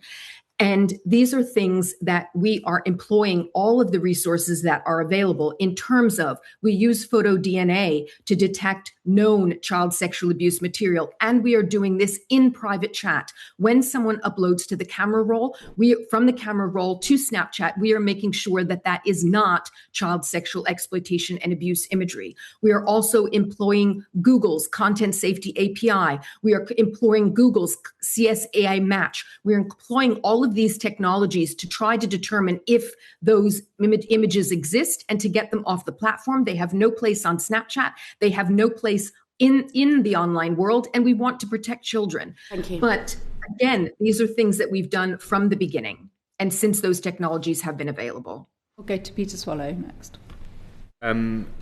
Thank you, Ms. Chair. The reason SNAP was not able to provide a witness at last week's committee session was because it was laying off 16% of its workforce, aiming to use AI to reduce costs by £368 million a year. What assurances can you give this committee that, as part of those workforce changes, SNAP will not be reducing staffing in its safeguarding teams? To my knowledge, the safety teams, the trust and safety teams, were not impacted by those changes. So could you just explain, you're obviously in charge of platform safety at a global level. Could you explain what the structure of SNAP is here in the UK? What team you have here in the UK who's working in country to provide safety on your platform, and ensuring that, you know, when for example families have concerns and are raising them, they are being handled within country? Certainly. Thank you for the question. We have a trust and safety team that is based in London. I couldn't tell you exactly how many people it is, but it's a fairly large team. Every time I am in London, I sit with that team to sit in the queues to see what kind of reports are coming in, to make sure that we are reviewing them accordingly. But we have a dedicated team. We do have a follow the sun model, as most companies do at SNAP. And we make sure that we have trust and safety teams around the world working 24/7, around the clock, around the globe. But we do have a dedicated team in London. You said you can't give us exact numbers and you can't give us a complete reassurance that it won't be affected by workforce changes. Could you write to the committee, please, on both of those points, confirming how large the team is here in the UK and whether it's being affected by any workforce changes? Again, to my knowledge, it is not being affected. It has not been affected, but we can give you the exact numbers of the folks that are in London on trust and safety. Yes, and I would like to point out that it's not just a specific trust and safety team that works on trust and safety or works on safety issues. This is a fundamental part of Snapchat, and there are people across disciplines, across functions at the company, whether that be legal or communications or outreach or advocacy or product and engineering and trust and safety and operations and outreach. There are numerous functions and disciplines, and we work in a cross-functional way, a cross-functional team, and safety is really part of everyone's role at SNAP. Well, there are now 16% fewer people working on that. On the point around AI, your co-founder and CEO said that a new way of working that is faster and more efficient is now needed, and presumably referring there to AI and other solutions. What assurances can you give us that safety of children can be made faster and more efficient through the use of AI and other technologies? You've already sort of been pushed on, for example, making sure that technology is being implemented to identify intimate images. What other sort of technologies are you looking to introduce, and how will you make sure that relying on AI and other systems will make your systems more safe and not less safe? Our trust and safety teams are employing AI in a variety of ways, particularly to help moderate content. On the public side of the app, they use moderation and AI to determine if something is in violation of our community guidelines, and it's also moderated before it can reach a large audience. That's why I think you would see that having something go viral, having content go viral on Snapchat is not something that you often hear about. And we are also using AI on the private side of the app to look into various keywords, phrases, other material that's used to be able to identify potentially violating content. And all of this will continue, and it will be ramped up with AI agents and other things. It's been happening for some time now, but we're confident, but we always have a human in the loop. I think that's important to note. It's not that these are just AI systems taking over. Always there are humans in the loop to be able to review this material, and particularly for more serious cases or egregious cases. Not to press you on this point, but it is really important. And we've been referring a lot to intimate images, and given the number of young people on your platform, you'll appreciate why this is particularly important. You mentioned they're using AI to search for keywords and other linguistic markers within private messaging. Is it the case? Is it the case that at the moment, today, in terms of private messaging, there is no checks going on in terms of the images being shared? Sorry, the keywords and the phrases and the emojis and the emoji strings, all of that is leveraged in the public side of the app. If I said something else, I misspoke. On the private side of the app with the images, as I mentioned earlier, we do leverage photo DNA, and we are looking for known illegal images. And we're doing that through hash matching, of course, through photo DNA. And that is going on in the private side of the app in terms of media to make sure that known child sexual exploitation and abuse material is not being shared. Do your rules for using the platform, that they presumably apply equally in both public and private parts of your app? The community guidelines, yes. And there are actually more community guidelines specific to what we call snap stars. So those influencers and those others that are on the platform on the public side, they have stricter rules to adhere to as well. What you're seeming to set out to the committee is that the way that you enforce those community guidelines and that you ensure that the content being served on your platform is both within those guidelines and, of course, more broadly within the law, is much more strongly monitored and enforced in the public side of your app than the private side of the app. Is that fair? Again, I'm saying that in the private side of the app, as I represented to the previous member, that is very much a hard line for Snapchat. Privacy is very important. The app was built around privacy to really mimic and simulate real life kinds of conversations. But we rely heavily on reporting to us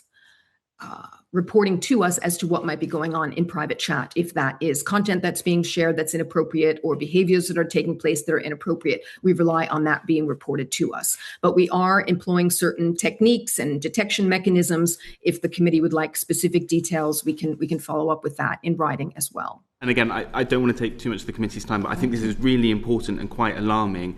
That is your position, regardless of whether the user is under 16, under 18, or at any age. Your position is that privacy trumps safety.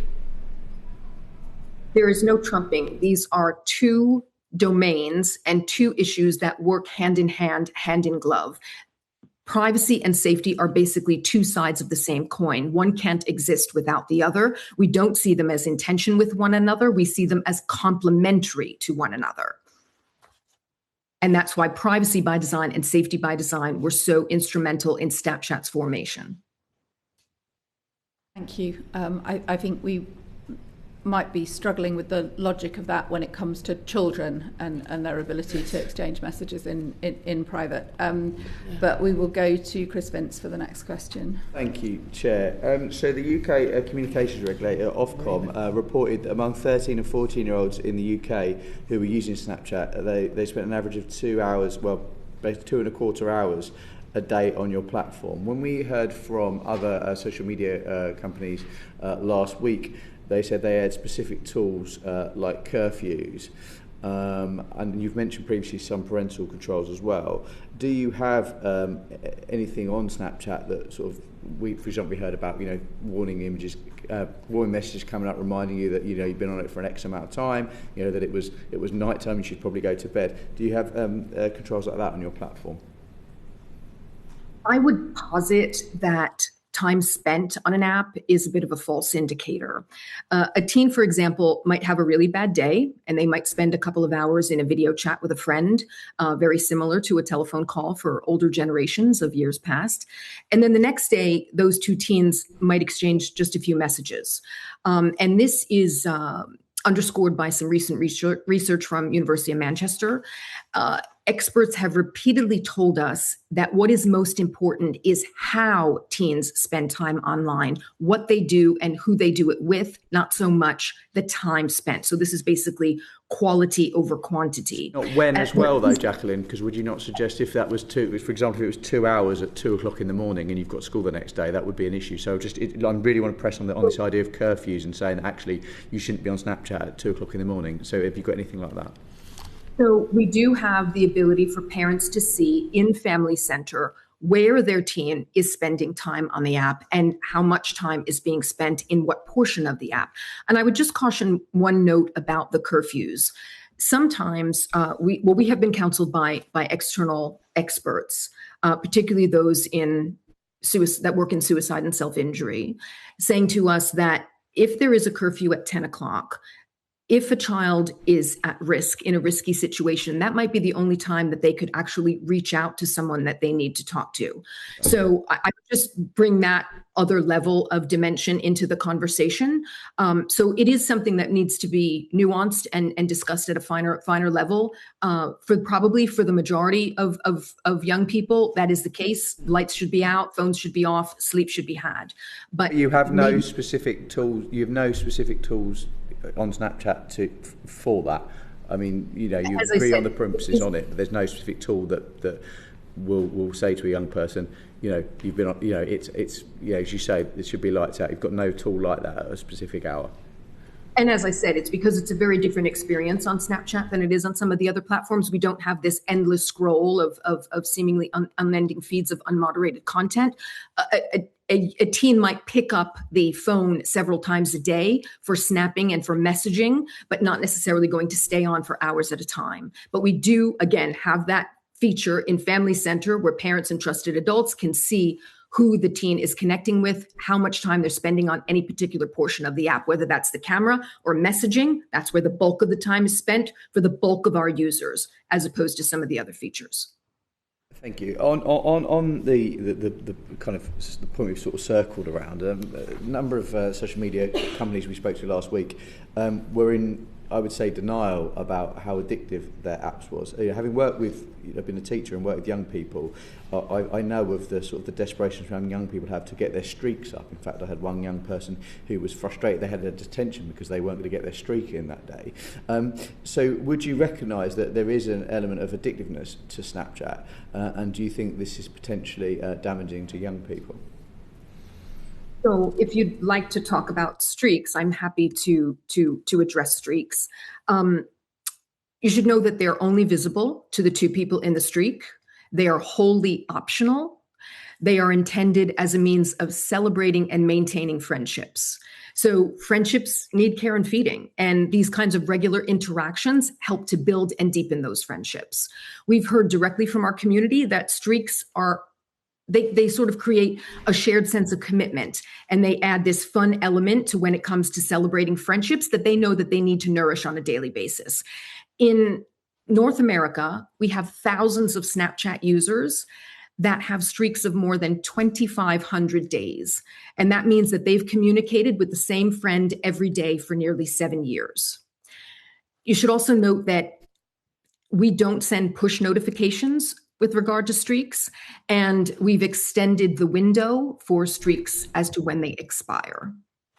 So you have, though, faced legal action, is my understanding, in New Mexico and USA about basically with accusations that your platform is designed to be addictive. So how would you respond to that? We don't see it as such. It wasn't designed to be addictive. It was designed to enhance friendships between people who know each other in real life, both friends and family members.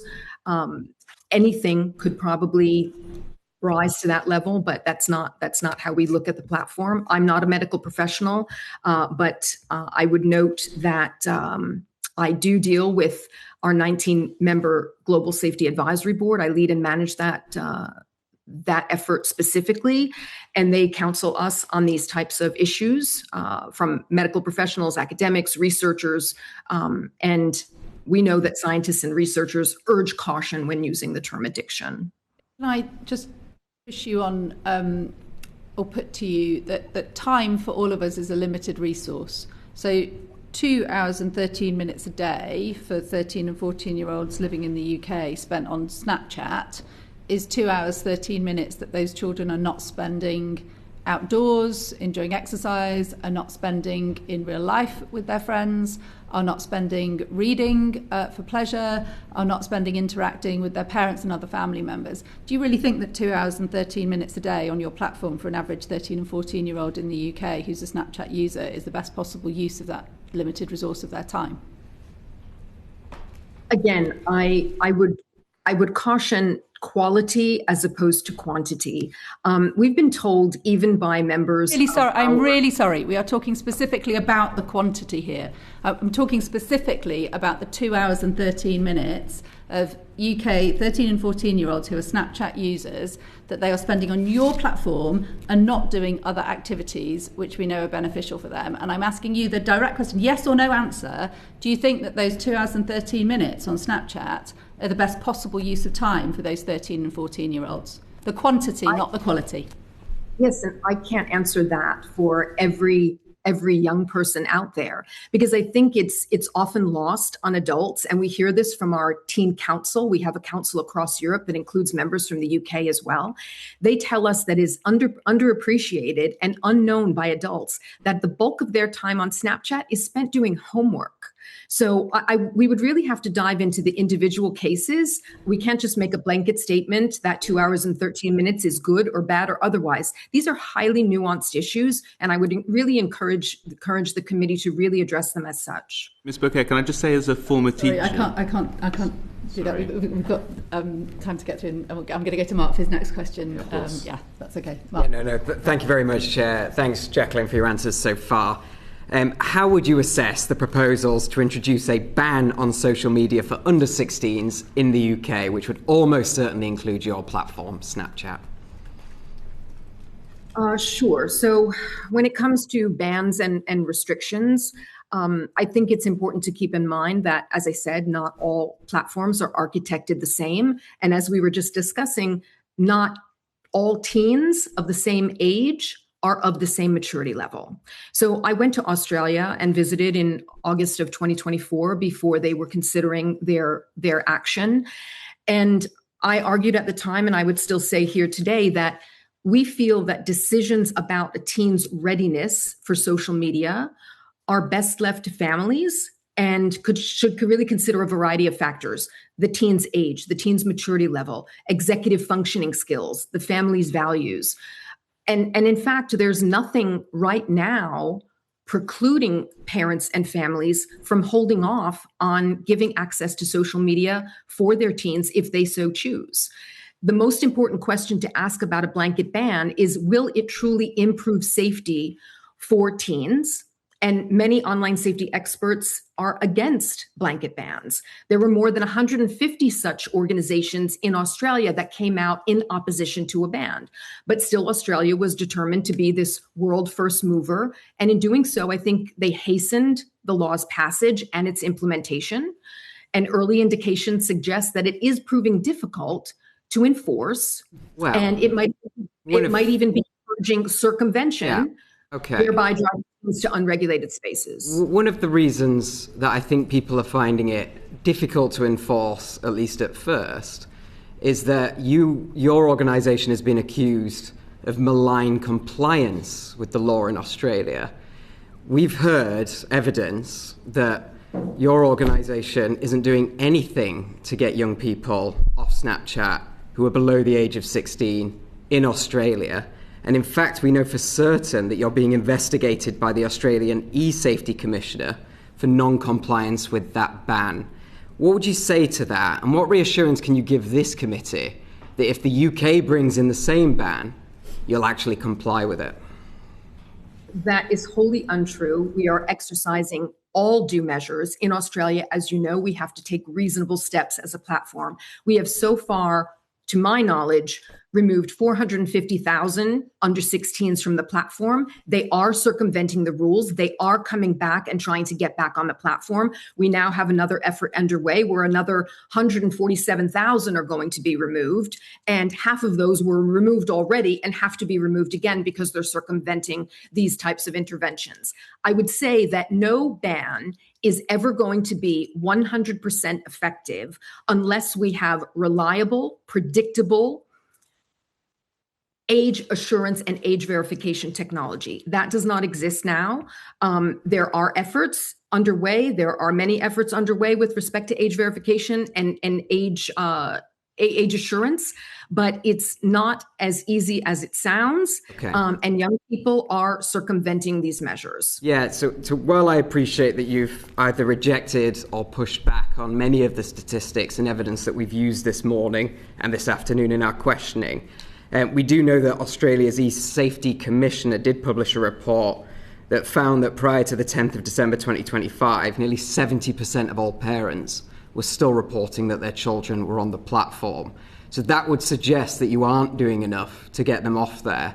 And in your earlier answer, when you said it wasn't true, it does kind of suggest that it is true that you're not doing enough to get children off your platform. We are in close communication with the Australian E-Safety Commissioner and her office, and we are being monitored on a regular basis as to what we are doing. We are constantly evolving our techniques. We are constantly evolving our processes. Again, the baseline was reasonable steps. I would posit that we are going far beyond reasonable steps. I know but parents, I think if you want to compare data, we also saw data from the E-Safety Commissioner some time ago that many parents were on these platforms, many teens were on these platforms with the consultation of their parents and with the permission of their parents, and they were underage. Well, all I'll say is that I hope that when such a ban, or if such a ban does come in force in the UK, that you will comply with it fully and that you'll make every effort to get every child under the age of 16 off your platform. I know that Darren has a question to follow up on. Thank you.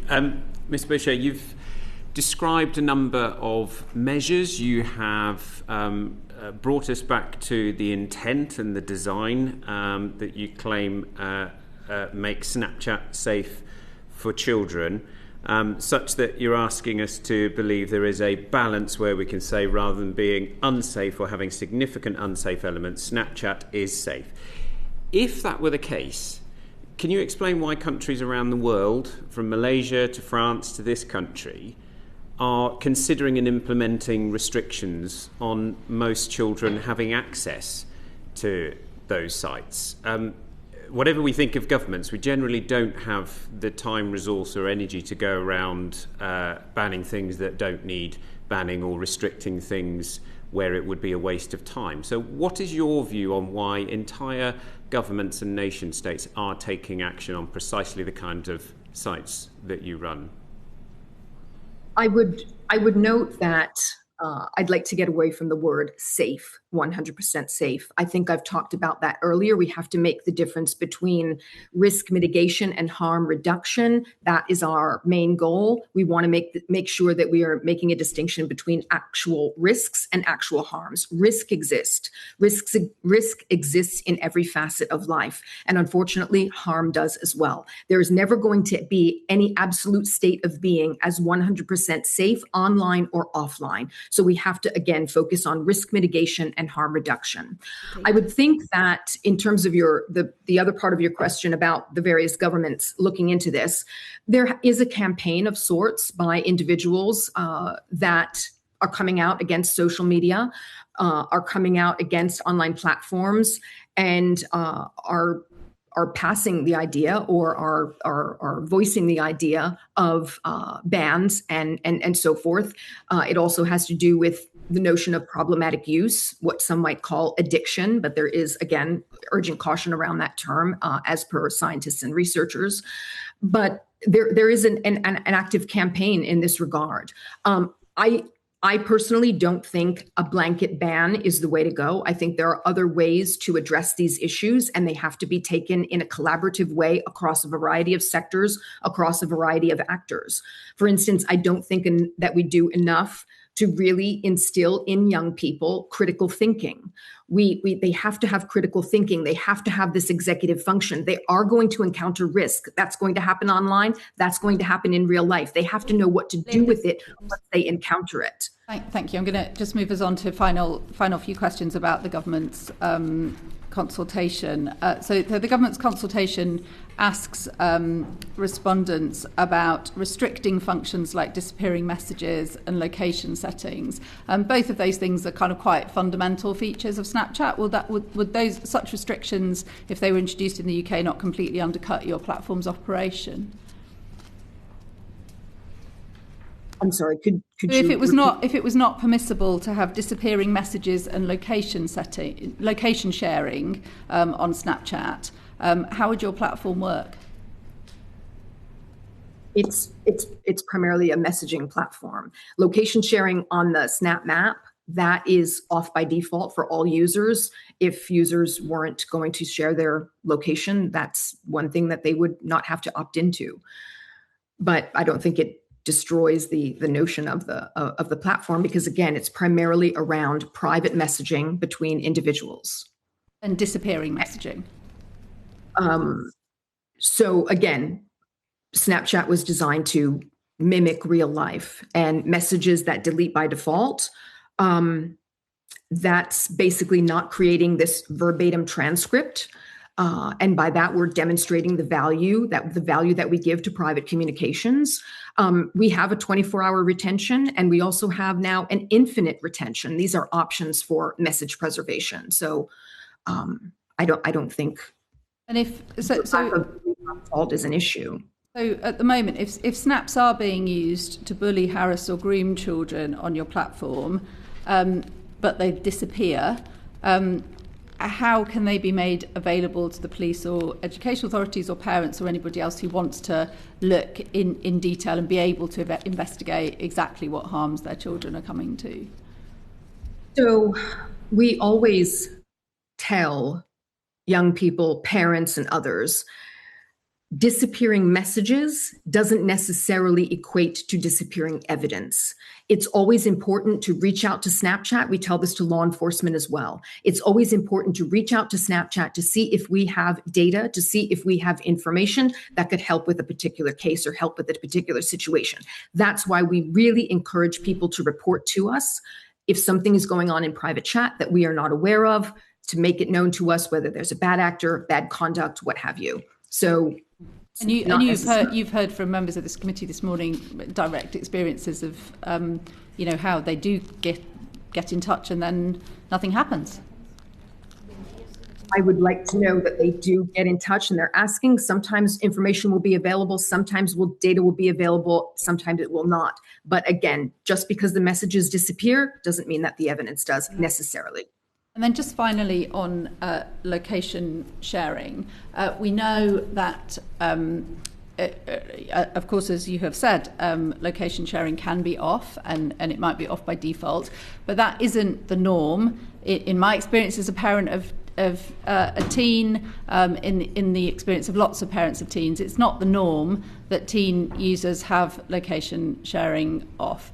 And I think it's a common experience that our teens experience often profound distress, for example, from being able to see that their friends are gathered in a location and they were not invited to be there, or that something's happening that they don't know about. So aside from the very serious types of harm that we've talked about today, about children experiencing unwanted content and sexual content and so on, I just want to ask about that kind of fundamental feature, whether you think it's a good thing for the mental health and well-being of our children and young people, that they can see information that might cause them distress, that isn't necessarily harmful content, but is a fundamental feature of the way that they use your platform.